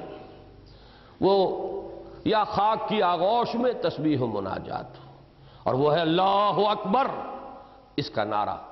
یا وسعت افلاک میں تکبیر مسلسل، یا خاک کی آغوش میں تسبیح و مناجات، وہ مسلک مردان خداگاہ خدا مست۔ اب دیکھیے دونوں الفاظ جو کل بھی آئے تھے، معرفت ربانی اور معرفت نفس، اپنے آپ کو پہچانو اور اپنے رب کو پہچانو، اپنی حقیقت، اپنی عظمت، اپنا مقام۔ تو وہ مسلک مردان خداگاہ خدا مست، اور یہ مذہب ملا و جمادات و نباتات، یہ تسبیح و تحمید اور اس کی لمبی لمبی تسبیحیں، اور اس کے ساتھ یہ تو تسبیح کر رہا ہے کائنات کا ذرہ ذرہ، گھاس کا تنکا بھی پڑا ہوا تسبیح کر رہا ہے، ہر شے یسبح للہ ما فی السماوات و ما فی الارض۔ انسان سے تو کچھ اور درکار تھا، فرشتوں نے بھی یہی کہا تھا نحن نسبح بحمدک ونقدس لک، پروردگار ہماری سمجھ میں نہیں آ رہا کمی کون سی ہے، تسبیح و تحمید و تقدیس میں لگے ہوئے ہم، کس لیے یہ خلافت اور کس لیے آدم کی تخلیق؟ تو معلوم ہوا انسان سے کچھ اور درکار ہے، کچھ اور مطلوب ہے۔ وہ جو اقبال کے شعر ہیں شاید پوری طرح اس وقت مجھے مستحضر نہ ہو، کہ مقام بندگی دیگر مقام عاشقی دیگر۔ یہ مقام بندگی صرف انسان سے درکار نہیں، مقام عاشقی درکار ہے۔ بندگی تو کائنات کا ذرہ ذرہ کر ہی رہا ہے، انسان کے بھی سلوک میں پہلا مرحلہ ہے بندگی، اس سے آگے تو عاشقی ہے۔ عاشقی کیا ہے؟ ز نوری سجدہ می خواہی، ز خاکی بے شذا خواہی۔ نوری مخلوق سے، ملائکہ سے تو سجدہ چاہیے، تسبیح چاہیے، تحمید چاہیے، اور خاکی انسان سے کچھ اور چاہیے۔ چنا خود را نگہداری کہ بائی بے نیازی ہا، شہادت بر وجود خود ز خون دوستاں خواہی۔ بندوں سے تو درکار یہ ہے کہ اب میری راہ میں آؤ، جنگ کرو، گردنیں کٹواؤ، خون دوستاں، اپنے دوستوں کے خون سے اپنے وجود پر شہادت چاہیے تجھے۔ بندوں سے یہ درکار ہے، اس خاکی وجود سے اور نوری وجود سے صرف سجدہ اور تسبیح و تحمید۔ وہ مقام بندگی ہے، یہ مقام عاشقی ہے۔ مقام بندگی دیگر، مقام عاشقی دیگر۔ ز نوری سجدہ می خواہی، ز خاکی بے شذاں خواہی۔ چنا خود را نگہداری کہ بائی بے نیازی ہا، شہادت بر وجود خود ز خون دوستاں خواہی۔ بہرحال یعنی اللہ تعالیٰ کی کبریائی کا اقرار و اعلان اور اس کی حاکمیت مطلقہ کا بالفعل قیام و نفاذ۔ اب یہ 2 چیزوں کو نوٹ کر لیجئے۔ تکبیر جب ہم کرتے ہیں، اللہ اکبر کہتے ہیں، تو ایک طرف اقرار و اعلان ہو گیا، ہم نے مانا اللہ سب سے بڑا ہے، ہم نے اعلان کر دیا اللہ سب سے بڑا ہے۔ لیکن اگلا مرحلہ یہ ہے اس اقرار اور اعلان کی تنفیذ، واقعتاً اللہ بڑا ہو جائے، صرف تمہارے کہنے کے اندر بڑا نہ رہے، پورا نظام زندگی اس کے حکم کے تحت آ جائے، تاکہ اس کی مرضی جیسے آسمان پر پوری ہوتی ہے ویسے ہی زمین پر بھی پوری ہو۔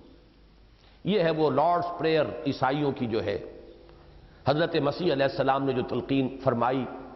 اب بہرحال یہ جیسا کچھ بھی ہمارے پاس ہے، یہی بائبل ہی ہمارے پاس ذریعہ ہے، اس میں کوئی کمی بیشی ہے، لیکن بہرحال مشکات نبوت کے انوار سے خالی نہیں ہے، بہت سی چیزیں تو صحیح ہیں۔ اسی میں یہ ہے لارڈس پریئر میں، دائی کنگڈم کم، اے رب تیری حکومت آئے، thy will be done on earth as it is in heaven, تیری مرضی زمین پر بھی اسی طرح پوری ہو جیسی آسمانوں میں پوری ہو رہی ہے۔ سورج تیرے حکم کے مطابق چل رہا ہے، چاند تیرے حکم کے مطابق چل رہا ہے، ہوائیں تیرے حکم کے مطابق چل رہی ہیں۔ یہ فساد ہے جو زمین میں ہوا ہے، ظہر الفساد فی البر والبحر، زمین کے بحر و بر کے اندر فساد و نما ہو گیا ہے، بغاوت ہے اللہ کے خلاف۔ اس بغاوت کو فروغ کر کے وَيَكُونَ الدِّينُ كُلُّهُ لِلَّهِ، دین کل کا کل پھر اللہ ہی کے لیے ہو جائے، اس کے لیے جہاد یہ اس کی آخری منزل ہے۔ اور اس کی آخری منزل ہے قتال فی سبیل اللہ، جس کا منتہائی مقصود معین ہوا ان الفاظ میں، وَقَاتِلُوهُمْ حَتَّى لَا تَكُونَ فِتْنَةٌ وَيَكُونَ الدِّينُ كُلُّهُ لِلَّهِ، اور جنگ کرتے رہو ان سے یہاں تک کہ فتنہ بالکل فروغ ہو جائے اور اطاعت کلیتاً اللہ ہی کی ہونے لگے۔ ایمان و یقین اور جہاد و قتال کا یہی وہ لزوم باہمی ہے، آپس میں لزوم، لازمہ کہتے ہیں چپک گیا، لازم وہ شے جو چپکی ہوئی ہو، علیحدہ نہ کی جا سکے، جزو لازم۔ اسی طریقے سے یہ لزوم باہمی، دو چیزیں انسیپریبل ہو جائیں، جڑی ہوئی ہو اس طرح کہ انہیں جدا نہ کیا جا سکے۔ ایمان و یقین اور جہاد و قتال کا یہی وہ لزوم باہمی ہے جس کو نہایت واضح اور واشگاف الفاظ میں بیان کیا گیا قرآن حکیم کی اس آیہ مبارکہ میں، انما المؤمنون الذین آمنوا باللہ ورسولہ ثم لم یرتابوا وجاہدوا باموالہم وانفسہم فی سبیل اللہ اولئک ھم الصادقون۔ مومن تو بس وہی ہیں جو ایمان لائے اللہ پر اور اس کے رسول پر، پھر شک میں نہ پڑے اور جہاد کرتے رہے اللہ کی راہ میں اور کھپاتے رہے اس میں اپنے اموال اور اپنی جانیں، حقیقت میں یہی ہیں سچے، یعنی سچے اپنے دعوی ایمان میں۔ واضح رہے کہ اس آیہ مبارکہ کے اول و آخر حصر کا اسلوب بھی ہے، انما بھی کلمہ حصر ہے، اولئک ھم الصادقون میں ہم کی ضمیر جو لائی گئی ہے وہ بھی حصر کے لیے، مومن صرف یہی ہے۔ اور آیہ ما قبل میں اس سے پہلی جو آیت ہے، قالت الاعراب آمنا قل لم تؤمنوا ولکن قولوا اسلمنا، آیہ ما قبل میں حقیقی ایمان اور قانونی اسلام کے مابین فرق و امتیاز کا مضمون بھی گویا مومن صادق کی جامع و مانع تعریف قرآن حکیم کی کسی ایک آیت میں مطلوب ہو تو وہ یہی آیت ہے۔ جامع اور مانع کا لفظ جسے کہتے ہیں اس کو سمجھ لیجئے، کسی شے کو آپ ڈیفائن کرنا چاہتے ہیں، ڈیفینیشن کسے کہتے ہیں؟ ایک شے بالکل معین ہو جائے، معین تبھی ہوگی جبکہ کوئی اشتباہ غیر سے نہ رہے، اس کے سوا جو ہے اس سے وہ علیحدہ ہو جائے اور اس کا کوئی جز اس سے باہر نہ رہے، تو اسے کہتے ہیں جامع و مانع تعریف۔ جامع ہے کہ اس شے کے تمام اجزاء اس کے اندر آ گئے، اس ڈیفینیشن کے اندر، آل ایمبریسنگ، آل انکلوڈنگ، اور مانع ہے کہ کسی اور شے کو اپنے اندر داخل نہ ہونے دے، کوئی اور شے جو ہے اس تعریف کے اندر آ نہ جائے، تو اسے کہیں گے جامع و مانع تعریف۔ تو جامع و مانع تعریف میرے نزدیک، میرے مطالعے کی حد تک اس ایمان کی، بندہ مومن کی، اس کے لیے اہم ترین مقام سورہ حجرات کی آیت نمبر 15 ہے۔ الغرض قرآن کے اصل حاصل ہیں ایمان اور یقین، اور ان کا لازمی نتیجہ ہے جہاد اور قتال۔ ان میں سے ایمان و یقیناً اصلاً ایک معنوی حقیقت اور داخلی کیفیت کا نام ہے۔ اب اگر یہ ہمارے مزاج کے خلاف نہ ہوتا تو میں ذرا یہاں ایک انسان کا ڈھانچہ سا بنا کر، پھر دل تو اس کے اندر ہے نا، چھپا ہوا ہے، ایک ہاتھ میں قرآن، ایک ہاتھ میں تلوار، قرآن سے وہ کرنٹ فلو کر رہا ہے دل کی طرف، ایمان، یقین، جذبہ، جوش، جہاد، اور یہ کرنٹ ہے جو دوسرے ہاتھ کو، تلوار کو طاقت فراہم کر رہا ہے۔ تو گویا کہ تین ہوئی بنیادی حقیقتیں: قرآن، ایمان، جہاد۔ اس میں سے ایمان ایک داخلی کیفیت ہے، وہ ایک انسان کی باطنی کیفیت ہے، وہ نظر نہیں آتی۔ لہذا عالم ظاہر میں بندہ مومن کی شخصیت کا جو حیولہ سامنے آئے گا وہ کیا ہوگا؟ ایک ہاتھ میں قرآن، ایک ہاتھ میں تلوار۔ یہ ہے بندہ مومن کی شخصیت۔ چنانچہ عالم خارجی میں اسلام کی دو عظیم ترین اور نمایاں ترین حقیقتیں ہیں، قرآن اور جہاد۔ یہی وجہ ہے کہ یہ دونوں ایمان حقیقی کی مستقل علامتوں یعنی سمبلز کی حیثیت رکھتے ہیں، اور مرد مومن کی شخصیت کا جو حیولہ تخیل اور تصور میں ابھرتا ہے، اس کے ایک ہاتھ میں قرآن اور دوسرے ہاتھ میں تلوار لازمی و لابدی ہے۔ اب یہاں سے دوسرا معاملہ شروع ہو رہا ہے۔ گویا کہ جو میں نے کہا تھا کہ میرے یہ منتخب نصاب یا قرآنی فکر کا خلاصہ یہ تو 3 یا 3.5 صفحوں میں آ گیا ہے۔ اب 2.5 صفحوں میں ایک تبدیلی کی طرف پیش قدمی ہے۔ یہ کیفیات سیعودو والی بات، اس کی طرف نقطہ آغاز کیا ہے؟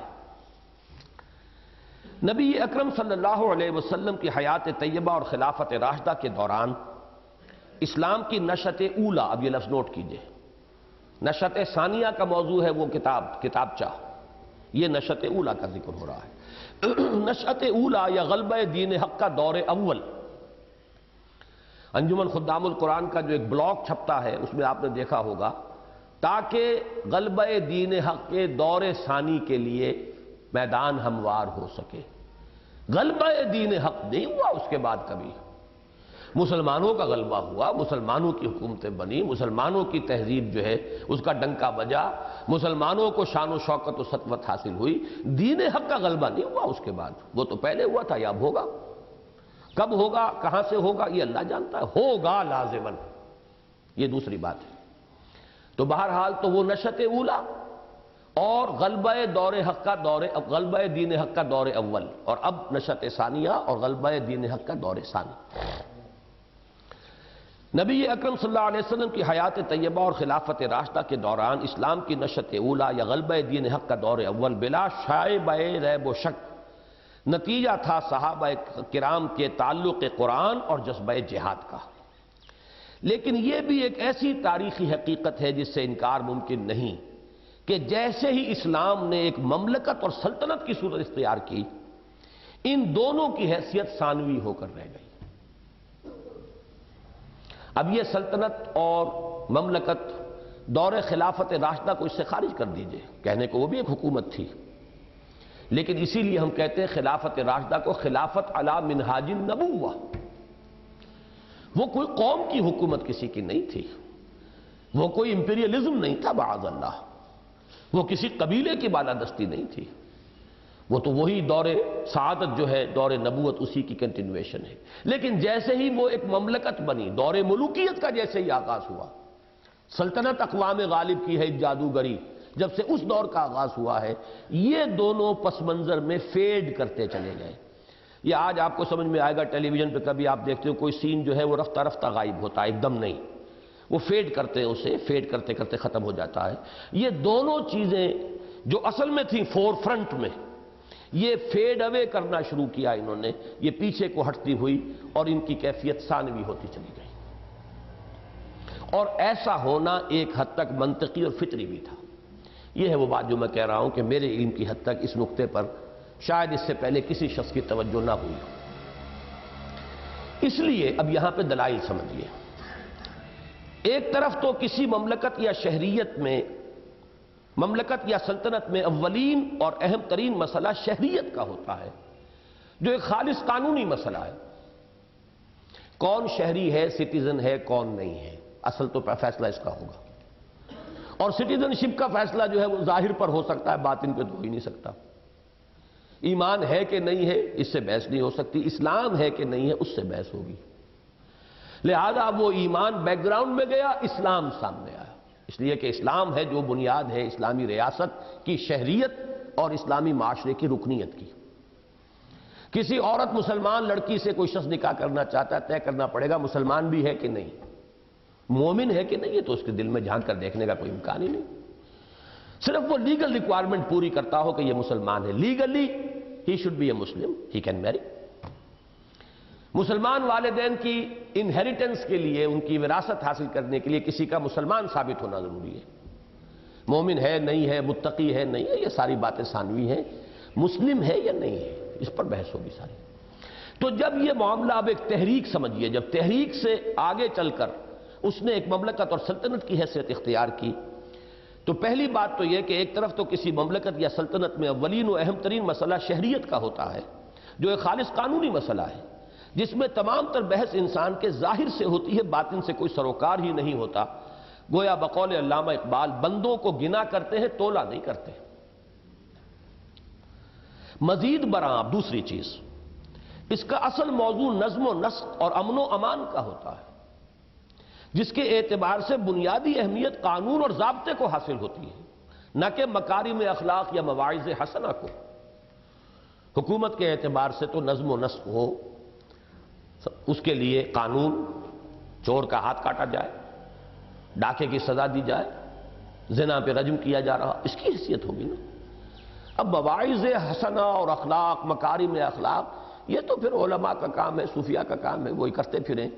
گورنمنٹ کے لیول پر ان چیزوں سے بحث نہیں ہوتی، وہاں تو قانون، قاضی، مفتی، قضاء کا شعبہ، افتاء کا شعبہ، اس کی اہمیت ہو۔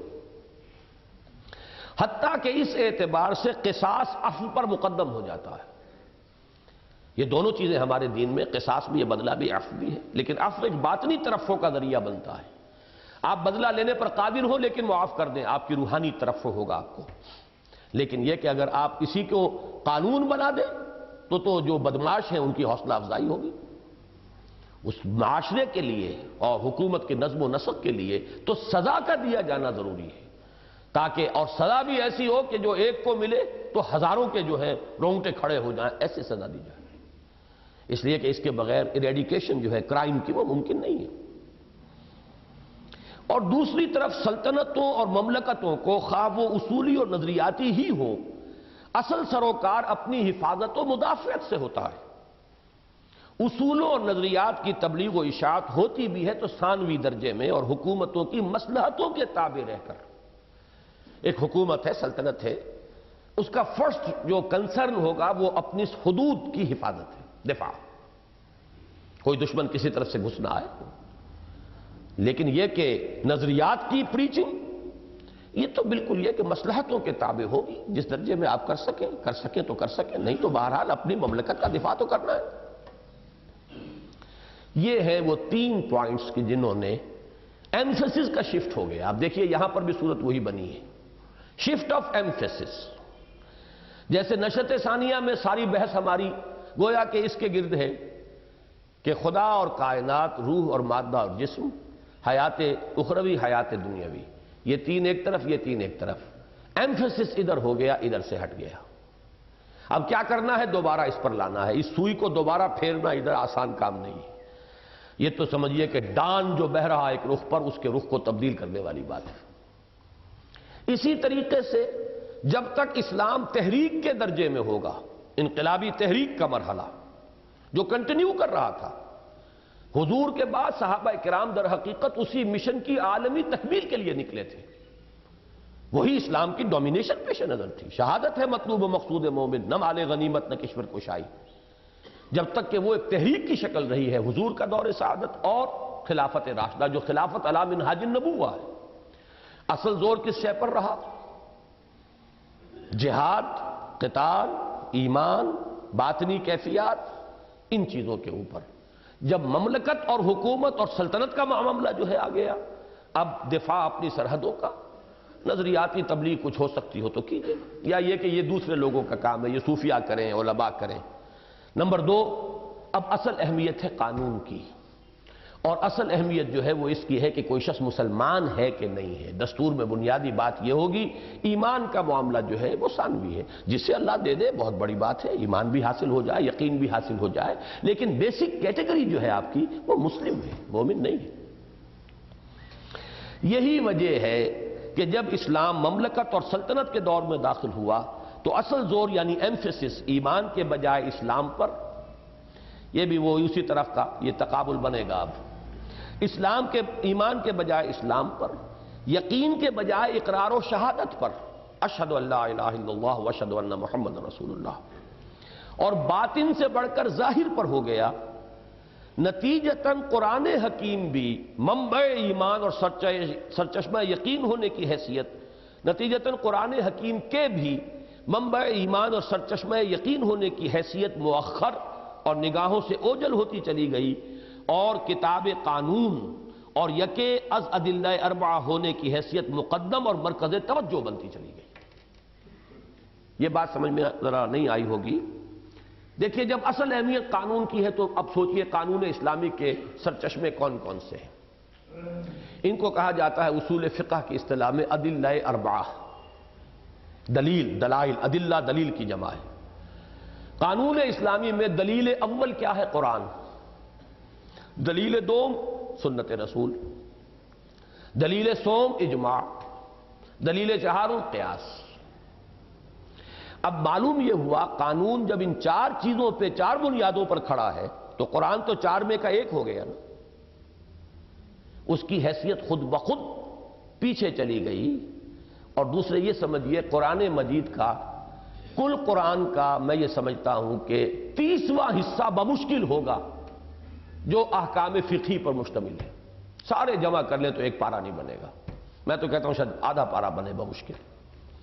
باقی سارا قرآن ایمان کے دلائل و براہین پر، اخلاقی تعلیمات پر، جہاد کی ترغیب پر، مراتب اعلیٰ جو ہیں ان کی تشویق پر، سارا قرآن تو اس پر ہے، آخرت کی ترجیح پر۔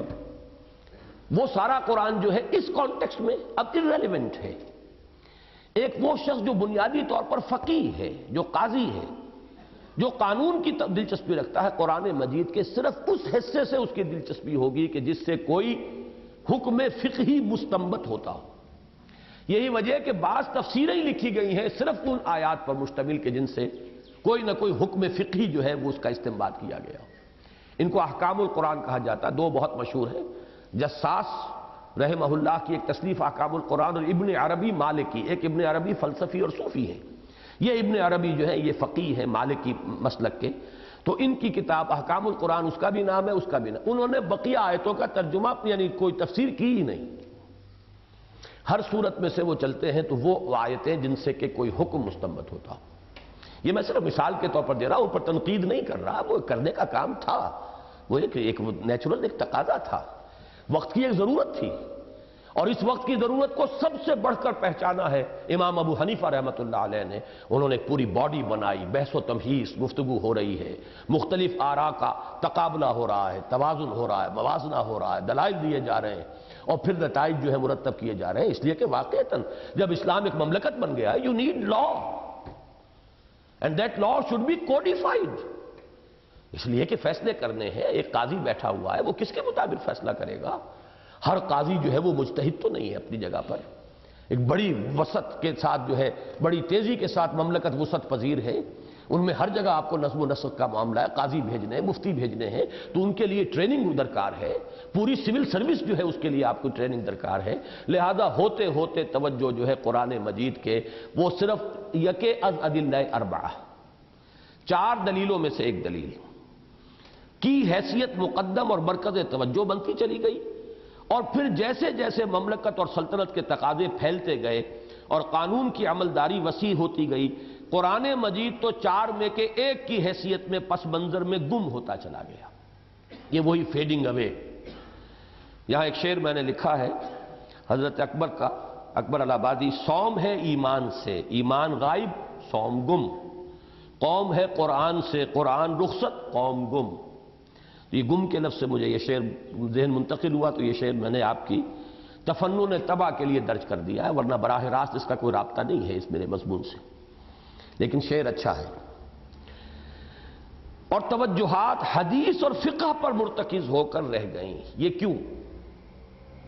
اصل ضرورت تھی اب قانون کی، نماز صحیح ہوئی کہ نہیں ہوئی، نماز کی رکعتیں کتنی ہیں، پہلے وضو بھی صحیح ہوا کہ نہیں ہوا، اس سے بھی پہلے وضو کے لیے پانی بھی صحیح تھا کہ نہیں تھا، لہذا تو بات یہاں سے شروع ہوگی. پانی کون سا پاک ہوتا ہے, کون سا پانی ناپاک ہو جاتا ہے, پھر اس کے وضو کی کیا شرائط ہیں, اس کے مستحبات کیا ہیں, فرائض کیا ہیں, سنن کیا ہیں, وغیرہ وغیرہ. تو اب آپ نے دیکھا میں نے یہاں بریکٹ کیا قرآن اور حدیث کو, اس کو سمجھ لیجئے قرآن اور حدیث نہیں, حدیث اور فقہ, یہ بریکٹڈ ہے. حدیث کا بھی اصل موضوع جو ہے فقہ ہے. در حقیقت فقہ ہی کا یوں سمجھیے دو سکولز آف تھاٹ پیدا ہوئے. ایک سکول آف تھاٹ یہ تھا کہ ہمیں استنباط, عقلی دلیل, قیاس, اس پر توجہ زیادہ کرنی چاہیے. ایک یہ تھا کہ نہیں صاحب, ہمیں تو حدیث رسول, کمزور بھی ہو تو حدیث رسول جو ہے وہ ہمارے اعلیٰ ترین قیاس سے بھی یقیناً وہ برتر ہوگی, چونکہ حدیث حضور کی ہے صلی اللہ علیہ وسلم. اب یہ دو ذوق تھے, ایک ذوق اہل حدیث کا یا اصحاب روایت کا ذوق ہے, ایک جن کو کہا گیا یہ اصحاب قیاس ہیں. یہ دو ہمارے ہاں گروہ بنتے چلے گئے. حدیث کی جتنی کتابیں جمع ہوئی ہیں, مجتمع کی گئی ہیں, جتنے مجموعے, وہ بھی فقہ کی کتابیں اصل میں. موطا امام مالک سب سے پہلی کتاب ہے, وہ فقہ کی کتاب ہے. وہی ابواب فقہ کے جو ہوتے ہیں وہیں سے وہ شروع ہوتی. بخاری کتاب فقہ کی کتاب ہے. انہوں نے اپنے فقہی مسلک کے مطابق مرتب کیا ہے, اور اپنی رائے کو, جس کو کہتے ہیں ہمارے اہل علم فقاہت جو ہے حضرت امام بخاری کی, وہ ان کے تراجم ابواب میں ہے. وہ جو عنوان قائم کرتے ہیں اس سے پتہ چل جاتا ہے کہ یہ حدیثیں یہاں کیوں لائے ہیں, اور در حقیقت کس فقہی مسئلے میں یہ اپنا رجحان کس طرف ثابت کر رہے ہیں. تو اصل میں یہ دونوں چیزیں در حقیقت موضوع ایک ہی ہے ان کا. وہ اخلاق سے متعلق حدیثیں وہ کہیں آ جائیں گی, وہ بھی آئیں گی انہی فقہی چیزوں کے ذیل میں کہیں آئیں گی. دین کی حکمت کے موٹے موٹے جو موتی ہیں, بڑے بڑے قیمتی ہیرے, وہ بھی ایسے بکھرے ہوئے ملیں گے. ان کو آپ کہیں ان کو ابواب کے اندر درج نہیں پائیں گے آپ. ابواب تو وہی ہوں گے کہ جو ابواب ہیں فقہ کی کتابوں کی. تو قرآن اور ادھر حدیث اور فقہ کو بریکٹ کر لیجئے. در حقیقت یہ ایک ہی شے ہے جس کے کہ دو انداز فکر ہیں, دو رجحانات ہیں, دو مزاج ہیں, اس کے سوا ان میں فرق نہیں ہے. اور قانون اسلامی کا جو منبع اور سرچشمہ ہے بیسیکلی وہ تو در حقیقت حدیث ہے. قرآن کا تو بہت تھوڑا حصہ ہے. کتنے احکام قرآن سے آپ نکالیں گے؟ اصل میں تو اس قرآن کی روح کے مطابق حضور نے جب اس کی تعمیل کی, ایک نظام قائم کیا, تمام معاملات کو اس پر استوار کیا, تو حضور کا عمل قول یا فعل یا تقریر, یہ حدیث کی تعریف ہے. جو آپ نے کچھ فرمایا ہو کہ یوں کرو یا یوں نہ کرو, یا آپ نے خود کیا ہو, یا یہ کہ آپ کے سامنے کوئی کام کیا گیا اور آپ نے روکا نہیں, یہ تقریر کہلاتی ہے. ان چیزوں کو جمع کیا گیا اس لیے کہ قانون کی بنیاد یہ بنے گی. اگر آپ روک دیتے تو وہ حرام کے درجے میں آ جاتا. نہیں روکا, اس کا مطلب سند حاصل ہوئی کہ حضور کے سامنے کام ہوا ہے, آپ نے اسے برقرار رکھا. جسے ہم برقرار رکھنا کہتے ہیں وہ ہے اس اصطلاح میں تقریر. تو حضور کا قول, حضور کا فعل, حضور کی تقریر, یہ ہے حدیث. اور سارا جو فقہ کا معاملہ وہ یہیں سے تو چلتا ہے. قرآن مجید میں تو کچھ اصول ہیں, کچھ فنڈامنٹلز ہیں. زیادہ سے زیادہ یہ کہا جا سکتا ہے کہ فیملی لاز میں بڑی تفصیلی احکام جو ہے قرآن نے دیے ہیں. باقی ریاست, حکومت, سیاست, معیشت, معاشرت بہت کم جو ہے قرآن مجید کے اندر آپ کو ملیں گے. اصول ملیں گے, ڈائریکٹیو پرنسپلز ملیں گے, فنڈامنٹلز ملیں گے, لیکن تفصیلی احکام تو حدیث میں ہیں. یا پھر جو ہمارے وہ مسلک تھا جس نے قرآن سے, حدیث سے استنباط کر کے اور ان خلا کو پر کیا ہے, اور اس کے اندر ان کا رجحان قیاس کی طرف تھا, تو وہ گویا کہ اصحاب قیاس جو ہے وہ شمار ہوئے. تو فقہ اور حدیث در حقیقت ایک ہی شے کے دو رخ ہیں. تو پھر پڑھیے یہ پیرا. یہی وجہ ہے کہ جب اسلام مملکت اور سلطنت کے دور میں داخل ہوا تو اصل زور, ایمفیسس ایمان کے بجائے اسلام پر, یقین کے بجائے اقرار و شہادت پر, اور باطن سے بڑھ کر ظاہر پر ہو گیا. نتیجتاً قرآن حکیم کے بھی منبع ایمان اور سرچشمہ یقین ہونے کی حیثیت مؤخر اور نگاہوں سے اوجل ہوتی چلی گئی, اور کتاب قانون اور یکے از ادلہ اربعہ ہونے کی حیثیت مقدم اور مرکز توجہ بنتی چلی گئی. اور پھر جیسے جیسے مملکت اور سلطنت کے تقاضے پھیلتے گئے اور قانون کی عملداری وسیع ہوتی گئی, قرآن مجید تو چار میں سے ایک کی حیثیت میں پس منظر میں گم ہوتا چلا گیا, اور توجہات حدیث اور فقہ پر مرتکز ہو کر رہ گئیں. ستم بالائے ستم, یہ بہت اہم اب نقطہ آ رہا ہے. قرآن جب پس منظر میں گیا تو ٹوٹلی گیا نا پس منظر میں. نتیجہ کیا نکلا کہ اس کا فلسفہ اخلاق, اس کا فلسفہ ایمان, ایمان کے لیے اس کے دلائل، اس کا استنباط، اس کا تزکیہ نفس کا طریق، اس کی نفسیات، یہ ساری چیزیں بھی تو پس منظر میں گئیں جب ایز اے ہول پس منظر میں فیڈ کر رہا ہے۔ نتیجہ یہ کہ خلا پیدا ہوا۔ اس خلا کو بھی ستم بالائے ستم یہ ہے کہ اب ادھر ادھر سے مستعار چیزیں مانگ کر خلا پر کیا گیا۔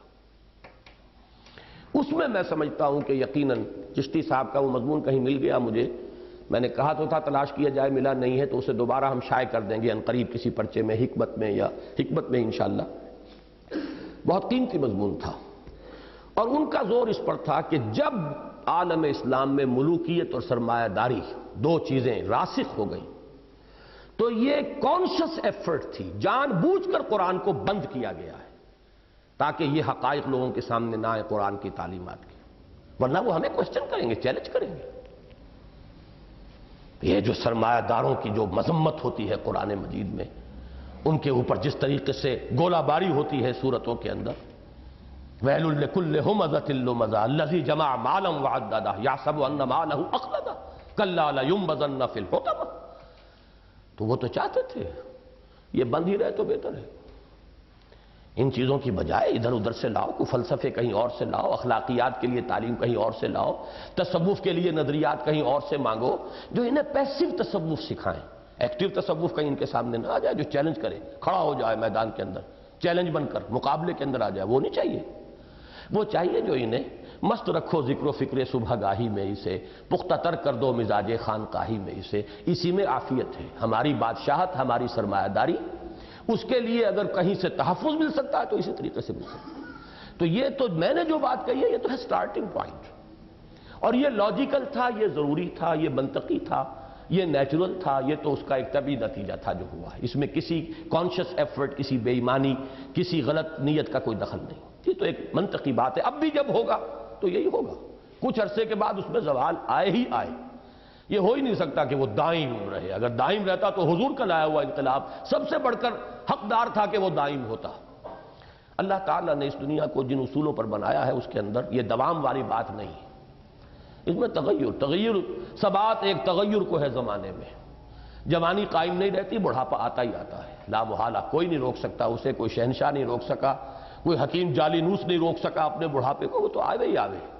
لہذا اس طریقے سمجھ لیجئے کہ ایک تو ہے بالکل منطقی بات، فطری بات، نیچرل بات، وہ میں نے لی ہے، باقی وہ بات جو چشتی صاحب نے اپنے مضمون میں لکھی تھی غلط نہیں ہے یہی بہتر الہیات میں الجھا رہے، یہ کتاب اللہ کی تعویلات میں الجھا رہے، اس کو الجھاؤ ان بحثوں کے اندر ہے۔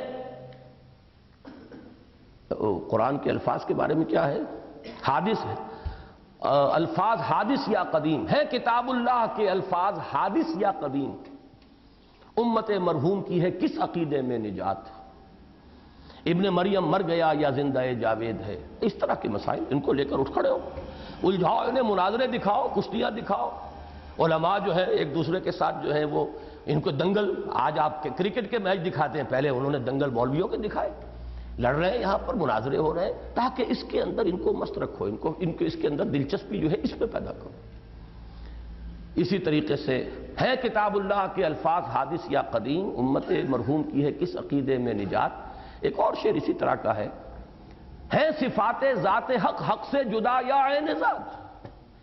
یہ جو لا عین ولا غیر کی بحثیں چلی ہیں، یہ صفات ذات حق، حق کا جز ہیں، عین ذات ہیں یا اس کے سوا ہیں، کوئی شے اضافی ہے، ان کے اندر الجھایا گیا ہے۔ اور اس میں میں یہ سمجھتا ہوں کہ خاص طور پر دور بنو عباس کے اندر تو جب اس کا زوال کا آغاز ہوا، وہ ہمارا اگلا مضمون ہے جس کا مطالعہ کریں گے تو بات سامنے آئے گی، تو چشتی صاحب کا یہ الزام ہے کہ یہ از خود نہیں ہوا، یہ غیر شعوری طور پر نہیں ہوا، بلکہ اس میں ایک شعوری فیصلے کو دخل ہے، ڈائیورٹ کی گئی ہے ٹینشن قرآن سے، اس کتاب کو تو بند ہی رکھو تو بہتر ہے، اسی میں عافیت ہے۔ ستم بالائے ستم یہ کہ علم اور حکمت کے میدان میں جو خلا اس طرح پیدا ہوا، اسے پر کرنے کے لیے مصر اور یونان کی جانب سے فلسفہ و منطق کی آندھیاں آئیں۔ قرآن جب پیچھے گیا ہے تو ظاہر بات ہے صرف ایک قانون ہی تو اس میں نہیں تھا نا، اس کو تو پھر بھی انہوں نے اپنی کتابوں کا جز بنا لیا۔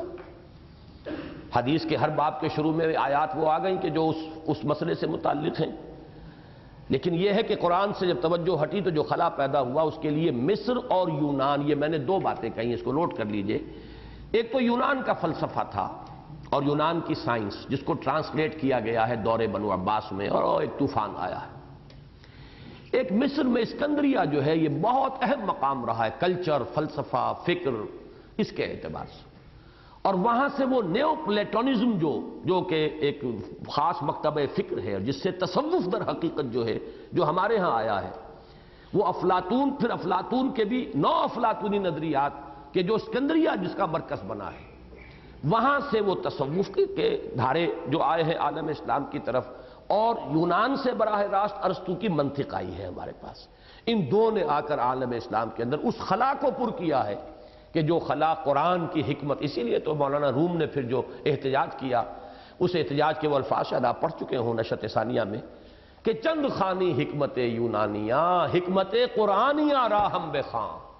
اے مسلمان، کب تک یہ یونانیوں کی حکمت اور فلسفہ اور ارسطو کی منطق اور نیو پلیٹونک جو نظریات اور تصورات ہیں تصوف کے، کب تک اس میں الجھے رہو گے؟ حکمت قرآن پڑھو، حکمت قرآنیہ راہم بخاں۔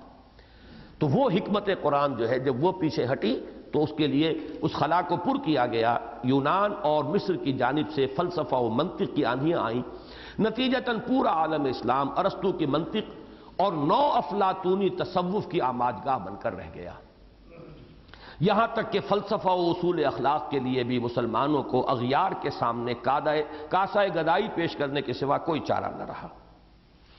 یہ شعر میں نے یہاں بھی دیا ہے، نیچے ایک نوٹ تو وہ تھا کہ چنانچہ اصول حدیث اور اصول فقہ پر تو بے شمار تصانیف ملتی ہیں، لیکن اصول تفسیر کے موضوع پر 1400 سال میں کل 2 رسالے ملتے ہیں، کہ امام ابن تیمیہ رحمۃ اللہ علیہ کا رسالہ اصول تفسیر، اور دوسرا امام الہند شاہ ولی اللہ دہلوی کا رسالہ الفوز الکبیر۔ یہ ابھی میں نے شعر جو آپ کو سنایا وہ بھی اس نوٹ میں موجود ہے۔ اسی کا مرثیہ کہا مولانا روم نے ان الفاظ میں، چند خانی حکمت یونانیہ حکمت قرآنیہ یا حکمت ایمانیہ، ان میں سے 2 میں سے کوئی ایک لفظ ہے، راہم بخاں، اور قرآن اور ایمان میرے نزدیک مترادف ہیں۔ اور رفتہ رفتہ صورت یہ بن گئی کہ قرآن نہ منبع ایمان رہا، نہ سرچشمہ یقین، اور نہ مخزن اخلاق رہا، نہ معدن حکمت، بلکہ صرف ایک ایسی کتاب بن کر رہ گیا، کتاب مقدس، جس کے الفاظ یا تو حصول برکت اور ایصال ثواب کا ذریعہ بن سکتے ہیں، یا زیادہ سے زیادہ تعویذ گنڈے اور جھاڑ پھونک کے کام آ سکتے ہیں۔ ایک تیسرا مصرف قرآن کا وہ ہے جو علامہ اقبال نے اس شعر میں بیان کیا، بآیات اشترا کار جزی نیست کہ از یاسین او آساں بمیری۔ یاسین سنا دو مرنے والے کو تاکہ آسانی سے جان نکل جائے۔ اللہ اللہ اور خیر صلی اللہ۔ اور اس طرح حضور صلی اللہ علیہ وسلم کی وہ پیشین گوئی حرف بحرف پوری ہوئی کہ ایک زمانہ وہ آئے گا کہ لا یبقى من الاسلام الا اسمہ ولا يبقى من القرآن الا رسمہ۔ مشکات کتاب العلم، ایک دور آئے گا یوشک ان یاتی علی الناس زمان، اس بات کا اندیشہ ہے کہ لوگوں پر ایک وقت وہ آ جائے گا کہ لا یبقى من الاسلام الا اسمہ، اسلام میں سے سوائے نام کے کچھ نہیں بچے گا، ولا يبقى من القرآن الا رسمہ، اور قرآن میں سے سوائے اس کے رسم کہتے ہیں رسم الخط، حروف، اس کے سوا کوئی باقی نہ رہے گا۔ اور چونکہ نشأۃ ثانیہ میں بہت شد و مد کے ساتھ میری جو تعریف اور مدح آئی ہے تبلیغی جماعت کی، اس کے ساتھ بیلنس اسے تھوڑا سا کر لیجئے کہ بہت بڑی بدقسمتی ہے اس وقت امت کی کہ اتنی عظیم تحریک جو ہے وہ باقاعدہ اس فلسفے کو پھیلا رہی ہے کہ قرآن کی صرف تلاوت کرو، ترجمہ ورجمہ بھی مت پڑھو۔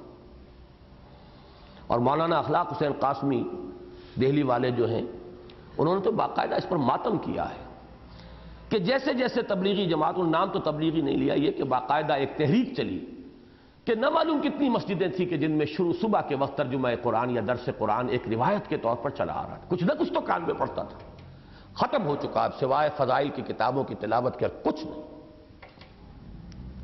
ایک انسٹیٹیوشن کے درجے میں، ایک باقاعدہ فلسفے کے درجے میں اس کو، یہ کیفیت جو ہے کہ صرف رسم الخط اس کا ہے، پڑھو، پی ایچ ڈی ہو تب بھی کوئی حرج نہیں، اور تم ڈاکٹر ہو تب بھی کوئی حرج نہیں، باقی مسئلہ پوچھنا وہ ہم سے پوچھو، علماء سے پوچھو، باقی تمہیں سیکھنا کیا ہے؟ ایمان تمہیں صرف محنت سے مل جائے گا، نماز پڑھو گے ایمان ملے گا، باہر نکلو گے تکلیفیں اٹھاؤ گے ایمان ملے گا. یہ فلسفہ ہے مکمل. میں نے ایک حصے کی تسلیم کی ہے کہ واقعتاً عمل کے ذریعے سے بھی ایمان پیدا ہوتا ہے، اس میں کوئی شک نہیں. جہاں جو بات ہے اس کو ماننا چاہیے. ہم حقیقت کو تسلیم نہیں کریں گے تو اپنا نقصان کریں گے، ان کا کچھ نہیں بگڑتا. جو حقیقت جہاں بھی ہے اس کا اعتراف کیجئے، اسی میں آپ کی عافیت ہے، آپ کا فائدہ اسی میں. آپ کے ذہن کا صحیح رخ پر ارتقاء ہوگا، آپ کی سوچ صحیح سمت میں آگے بڑھے گی. اگر آپ نے کسی حقیقت کو کسی دشمنی کی وجہ سے اٹھا کر پھینک دیا تو نقصان آپ کا ہوگا، آپ کے فہم میں کجی پیدا ہو جائے گی مستقل. لہذا کوشش میری یہ ہوتی ہے جہاں جو بات ہے اس کو مانو، وہ حقیقت ہے وہاں. لیکن اس کے لیے ایمان کی محنت. محنت کیا ہے؟ نکلو اللہ کی راہ میں، تکلیف اٹھاؤ، مصیبت جھیلو، بے آرامی برداشت کرو، اور پھر یہ کہ ایک ماحول ہے اس کے اندر نماز پڑھیں گے. ظاہر بات ہے چلہ جو شخص لگاتا ہے 40 دن تو اس کی نماز باجماعت ہوئے ہی ہوئے، وہ اور کیا کرے گا وہاں؟ اسے تو 40 دن جو ہے یہی کام کرنا ہے. اس کی ایک عادت بنتی ہے، اس سے فائدے ہیں اپنی جگہ پر، جو فوائد ہیں ان کا انکار نہیں. ایمان کی حد تک بھی میں مانتا ہوں کہ ایک نان انٹلیکچول ایمان جو ہے، غیر شعوری ایمان یقیناً پیدا ہوتا ہے. لیکن یہ کہ دوسری طرف اس کو بیلنس کیجئے یہاں کہ قرآن مجید پر سے توجہ کو اس وقت یوں سمجھیے کہ اگر کوئی کوششیں ہو بھی رہی ہیں دوبارہ ارتکاز توجہ قرآن کی طرف کرنے کے لیے، تو اس کی باقاعدہ نفی ہو رہی ہے اس تحریک کی طرف سے کہ یہ کام غلط ہے. اچھا، یہ تو ہوا معاملہ قرآن کے ساتھ. دو حقیقتیں تھیں، قرآن، جہاد. قرآن کا معاملہ جو شروع ہی میں ہو گیا مملکت اور سلطنت کی صورت اختیار کرنے کے بعد منطقی طور پر وہ ہم نے سمجھ لیا. اب جہاد کا کیا معاملہ، اس کا حشر اس سے بھی برا ہوا. بعین ہی یہی معاملہ جہاد کے ساتھ بھی ہوا. جب اصل زور ایمان پر نہ رہا بلکہ اسلام پر ہو گیا تو جہاد بھی جو ایمان حقیقی کا رکن رکین تھا خود بخود نگاہوں سے اوجھل ہوتا چلا گیا، اور ساری توجہ ارکان اسلام پر مرتکز ہو گئی جن کی فہرست میں جہاد سرے سے شامل ہی نہیں. گویا جہاد پر ظلم قرآن سے بھی بڑھ کر ہوا، اس لیے کہ قرآن تو خواہ 4 میں کے 1 کی حیثیت ہی سے صحیح، بہرحال شریعت کے اصول 4 میں شامل تو ہے. جہاد تو نہ صرف یہ کہ اسلام کے ارکان 5 میں شامل نہیں، بلکہ نظام فقہ میں بھی اس کی حیثیت فرض عین کی نہیں بلکہ صرف فرض کفایہ کی ہے. بات سمجھ میں آ گئی؟ جب ساری توجہ اسلام پر ہوئی تو اسلام کے ارکان 5 وہی ہیں جن میں جہاد کا نام ہی نہیں. بنی الاسلام علی 5 شہادت اللہ الہ الا اللہ وان محمد رسول اللہ واقام الصلاۃ وایتاء الزکوٰۃ وصوم رمضان وحج البیت من استطاع الیہ سبیلا. حدیث صحیح ہے، حضرت عبداللہ ابن عمر سے ہے رضی اللہ تعالی عنہما. پھر حدیث جبرائیل میں بھی ڈیفینیشن یہی ہے، ارکان اسلام میں آپ جہاد کو شامل نہیں کر سکتے، اس لیے کہ اسلام در حقیقت بنیاد ہے مسلمان معاشرے میں شمولیت اور اسلامی ریاست کے شہری ہونے کی. اس میں یہ نہیں، اس میں وہی 5 رکن ہیں. اس میں تو یقین قلبی بھی شامل نہیں، صرف اقرار ہے، شہادت ہے. البتہ اسی کو میں یوں سمجھایا کرتا ہوں کہ اسلام کے یہ 5 ارکان ہیں، ایمان کے ارکان میں 2 اور شامل ہو جائیں گے، ایمان کے 7 ارکان ہوں گے. یہ نہیں کہ نماز اس کا رکن نہیں رہے گا. جب ایمان یقین والا پیدا ہو جائے گا تو نماز میں بھی اب اور کیفیت ہوگی. اب نماز واقعتاً معراج المومنین بن جائے گی. اب نماز واقعتاً قرۃ العین بنے گی انسان کی، قرۃ عین فی الصلاۃ. تو ان تمام میں نور پیدا ہوگا، ان میں کیفیت پیدا ہوگی، ان میں شدت پیدا ہوگی. مزید 2 چیزیں کیا ہوگی؟ یقین قلبی اور جہاد فی سبیل اللہ. تو ایمان کے ارکان ہو گئے 7، اس لیے کہ اسلام عام ہے، ایمان خاص ہے. عام شے خاص میں شامل ہوتی ہے، لہذا 5 ارکان انٹیکٹ رہے اسلام کے. شہادت، کلمہ شہادت، نماز، روزہ، حج، زکوٰۃ. البتہ ایمان، اس میں 2 چیزیں مزید شامل ہو گئی، یقین قلبی ایمان حقیقی اندر، اور جہاد انسان کے عمل میں. لیکن جو ہم نے آیت پڑھی ہے اس میں اسلام کے مقابلے میں ایمان کی بات آئی، لہذا جب صرف ایمان کی بات کی گئی تو صرف 2 چیزوں کا ذکر ہوا. جو آیت پڑھی تھی قرآن مجید کی سورہ حجرات کی آیت نمبر 15، وہ 2 چیزیں کیا ہیں؟ یقین اور جہاد. انما المؤمنون الذین آمنوا باللہ ورسولہ ثم لم یرتابوا وجاہدوا باموالہم وانفسہم فی سبیل اللہ. یوں سمجھیے کہ یہ 2 کا اضافہ ہوا ہے، باقی 5 چیزیں موجود ہیں درمیان میں. اقرار باللسان، نماز روزہ حج اور زکوٰۃ کے درمیان میں ہے، ادھر یقین قلبی ادھر جہاد کا اضافہ کیجئے تو ایمان کے ارکان 7 ہو جائیں گے۔ اور اگر اسلام سے علیحدہ کر کے ایمان کے ارکان شمار کریں گے تو وہ 2 ہوں گے، یقین اور جہاد۔ لیکن ایمان اور اسلام کو جمع کر دیجئے تو 7 ارکان ہوں گے۔ بہرحال چلیے، گویا جہاد پر ظلم قرآن سے بھی بڑھ کر ہوا، اس لیے کہ قرآن تو خواہ 4 میں کے 1 کی حیثیت ہی سے صحیح، بہرحال شریعت کے اصول 4 میں شامل تو ہے۔ جہاد تو نہ صرف یہ کہ اسلام کے ارکان 5 میں شامل نہیں، بلکہ نظام فقہ میں بھی اس کی حیثیت فرض عین کی نہیں، صرف فرض کفایہ کی ہے۔ یہ کیوں ہے؟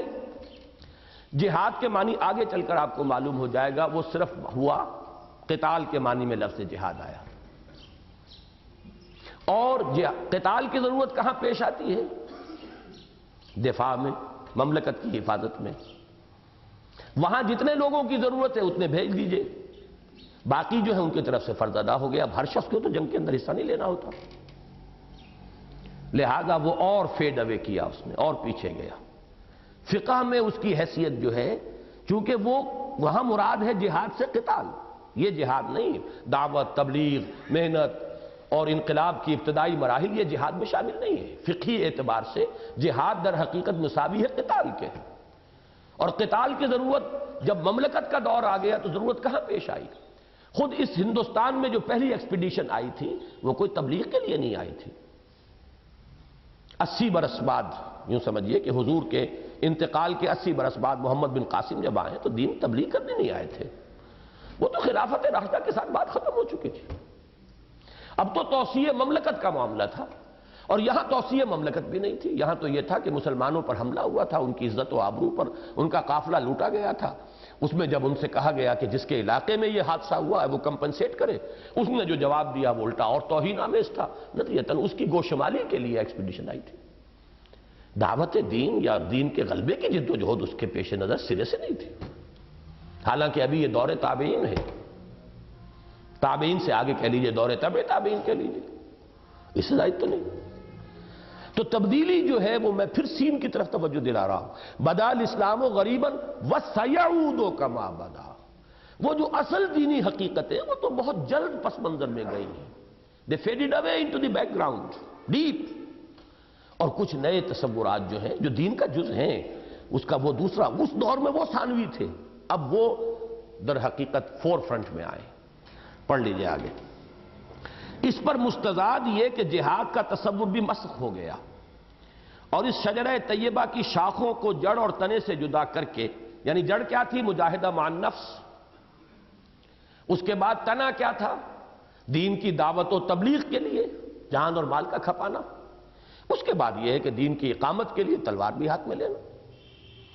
تو جڑ اور تنے سے جدا کر کے ہر ایک کو مختلف رنگ دے دیا گیا، چنانچہ ایک طرف جہاد مع النفس کا رخ اعمال اور معاملات کی مجدھار سے پرے ہی پرے، اذکار و اوراد اور نفسیاتی ریاضتوں اور ورزشوں کی راہ یسیر، شارٹ کٹ کے جانب موڑ دیا گیا۔ ایک تو یہ تھا نا، ایمان کا تقاضا یہ عمل ہے، یہ کردار ہے، یہ اخلاق حسنہ ہے، یہ معاملات ہیں، ان کو درست کرو، زندگی کے اندر عقل حلال وہ ذرا اس سے ہٹا کر شارٹ کٹ بائی پاس کر کے ذکر کرو، مراقبے کرو، اس سے شارٹ کٹ کے ذریعے سے وہ کیفیات نفسانی جو ہیں ان کو حاصل کرنے کی کوشش کرو۔ وہ گویا کہ ایک علیحدہ سا ایک راستہ ہی بالکل دوسرا ہے، وہی نیو پلیٹونک تصورات، اس کے ساتھ تصوف، اور اس کے لیے طریقے یہ تمام چلہ کشیاں اور یہ تمام مراقبے اور یہ تمام جو طریقے جن کا کوئی سراغ سیرت محمدی اور سیرت صحابہ کے اندر علی صاحب الصلاۃ والسلام و رضی اللہ تعالی عنہم کہیں کوئی سراغ دور دور نہیں ملے گا۔ وہاں تو جہاد مع النفس سے پھر مجاہدہ فی سبیل اللہ، دعوت و تبلیغ، قرآن کے ساتھ جہاد، تلوار کے ساتھ جہاد اللہ کے دین کے غلبے کے لیے۔ اس سے اس کو ڈائیورٹ کیا، بائی پاس کیا۔ اس پر مستضاد یہ کہ جہاد کا تصور بھی مسخ ہو گیا، اور اس شجرہ طیبہ کی شاخوں کو جڑ اور تنے سے جدا کر کے ہر ایک کو مختلف رنگ دے دیا گیا، چنانچہ ایک طرف جہاد مع النفس کا رخ اعمال اور معاملات کی منجدھار سے پرے ہی پرے، اذکار اور اوراد اور نفسیاتی ریاضتوں اور ورزشوں کی راہ یسیر، شارٹ کٹ کی طرف موڑ دیا گیا، اور دوسری طرف جہاد کو قتال کے ہم معنی قرار دے کر اس کا مقصد مملکت کی سرحدوں کے تحفظ و دفاع اور بس پڑے تو توسیع کے سوا کچھ نہ رہا. کہیں موقع ملے تو توسیع کر لو، ورنہ تحفظ تو کرنا ہی ہے نا آخر اپنی مملکت اپنی حدود کا. اس کے لیے قتال جنگ، لہذا جہاد کو ایکویٹ کر دیا گیا جنگ کے ساتھ. رہا شرک اور ظلم، کفر اور فسق اور زور و منکر کی ہر صورت کے ساتھ مسلسل کشمکش اور تصادم، اور حق و صداقت کے پرچار، نیکی اور راست بازی کی ترویج، کلمہ توحید کی نشر و اشاعت اور دین حق کے غلبہ و اقامت کے لیے پہم جد و جہد، اور اس کے لیے سمع و طاعت کے اصول پر مبنی نظام جماعت کے قیام کا معاملہ، گویا فی الجملہ احقاق حق اور ابطال باطل کی منظم سعی جو ہر مومن کے لیے فرض عین کا درجہ رکھتی ہے، وہ یا تو سرے سے خارج از بحث ہو گئی یا زیادہ سے زیادہ ایک اضافی نیکی قرار پا کر رہ گئی، اور اس سے بالا ہی بالا اور ورے ہی ورے اسلام و ایمان اور تقوی و احسان کے جملہ مراحل طے ہونے لگے. ایک شخص جو ہے وہ نہ صرف یہ کہ خود صوفی بن گیا، بلکہ وہ ایک گدی پر بھی بیٹھا ہوا ہے، لوگوں کو بھی احسان کی تلقین کر رہا ہے، لیکن اس احسان میں ان چیزوں کا کہیں ذکر ہی نہیں. وہ تو بس ذکر ہے، کچھ اذکار ہیں، کوئی مراقبے ہے، کچھ مشقیں ہیں، پہلا سبق ہے، دوسرا سبق ہے، تیسرا سبق ہے، اندر غور کرو یہ روشنی نظر آئے گی، پھر جب اس پر آ جاؤ گے تو یہ روشنی نظر آئے گی. ایک اپنی جگہ پر ایک مکمل نظام ہے، اس کے اندر لگا کر وہی مست رکھو ذکر و فکر صبح گاہی میں، اسے پختہ تر کر دو مزاج خانقاہی میں. اس میں ایک بغاوت کی تھی، اور وہ کی تھی سید احمد بریلوی رحمۃ اللہ علیہ نے، اس میں جہاد کا عنصر شامل کر کے. اور انہوں نے اسی لیے کہا کہ جو مروجہ سلسلے تھے، وہ قادریہ ہو، وہ چشتیہ ہو، وہ نقشبندیہ ہو، سہروردیہ ہو، ان میں ان کی گنجائش نہیں تھی، لہذا سلسلہ محمدیہ شروع کیا انہوں نے. وہ تصوف جس کی تلقین محمد نے کی صلی اللہ علیہ وسلم، وہ ہے یہ دعوت، جہاد، میدان میں آنا، اور اپنا جو ہے سرمایہ حیات ہتھیلی پر رکھ کر میدان میں نکل آنا، سر ہتھیلی پر رکھ کر. یہ چیزیں ہمارے وہ احسان کی بلند ترین منزل تک ایک آدمی پہنچا ہوا ہے، دوسروں کا تزکیہ تصفیہ کروا رہا ہے، لیکن اس کوچے میں اس کا اپنا ہی گزر نہیں تو کسی دوسرے کو کیا اس نے اس کی رہنمائی کرنی ہے. پھر پڑھ لیجئے یہ الفاظ، اس لیے کہ اس کا تعلق جڑ رہا ہے وہاں سے جہاں سے شروع میں ہم نے کہا تھا. قرآن کیا کرتا ہے؟ رہا شرک و ظلم، کفر و فسق اور زور و منکر کی ہر صورت کے ساتھ مسلسل کشمکش اور تصادم، اور حق و صداقت کے پرچار، نیکی اور راست بازی کی ترویج، کلمہ توحید کی نشر و اشاعت اور دین حق کے غلبہ و اقامت کے لیے پہم جد و جہد، اور اس کے لیے سمع و طاعت کے اصول پر مبنی نظام جماعت کے قیام کا معاملہ، گویا فی الجملہ احقاق حق اور ابطال باطل کی منظم سعی جو ہر مومن کے لیے فرض عین ہے، ہر مسلم کے لیے نہیں، ہر مومن. ایمان حقیقی کا وہ رکن رکین ہے. وہ یا تو سرے سے خارج از بحث ہو گئی یا زیادہ سے زیادہ ایک اضافی نیکی قرار پا کر رہ گئی، اور اس سے بالا ہی بالا اور ورے ہی ورے اسلام و ایمان اور تقوی و احسان کے جملہ مراحل طے پانے لگے. اللہ اللہ، کوئی فرق سا فرق ہے اور تفاوت سا تفاوت، ببین تفاوت رہ از کجاست تاب کجا کے مصداق.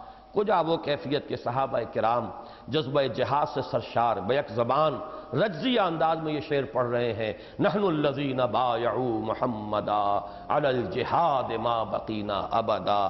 کجا یہ حال کہ 14ویں صدی ہجری کے ایک متنبی یعنی غلام احمد قادیانی اور اس کی ذریت سلبی و مانوی نے تو جہاد بالسیف کو باقاعدہ منسوخ ہی قرار دے دیا. دین کے لیے حرام ہے اب دوستو قتال.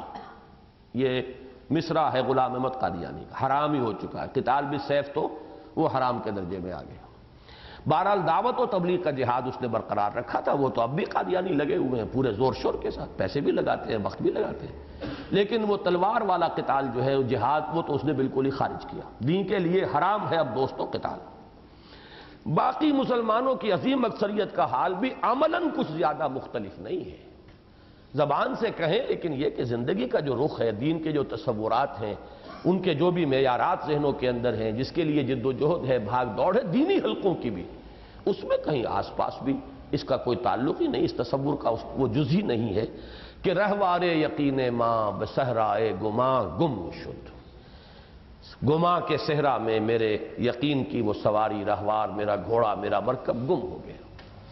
یہ ہے اصل میں میرے اس دینی سوچ کا 6 صفحات کے اندر خلاصہ ہے۔ کچھ بہت ہی اللہ تعالیٰ کا فضل و کرم ہوا ہے کہ ٹائم جو ہے صحیح، اگرچہ وہ صحیح اس اعتبار سے آپ کے ٹائم ٹیبل کے اعتبار سے، میرا خیال یہ تھا کہ میں اس کا 1 گھنٹے میں مطالعہ مکمل کروا لوں گا، وہ نہیں ہو سکا ہے، پونے 2 گھنٹے غالباً اس پر لگ گئے ہیں۔ بہرحال اصل میں اس مرتبہ جو ہم کوشش کر رہے ہیں، یہ چیزیں جو بہت میرے درسوں کے اندر، تقاریر کے اندر بہت پھیلی ہوئی ہیں، اب ان الفاظ کے ساتھ ان کا آپ کے ذہن میں ایک رشتہ قائم ہو جانا چاہیے۔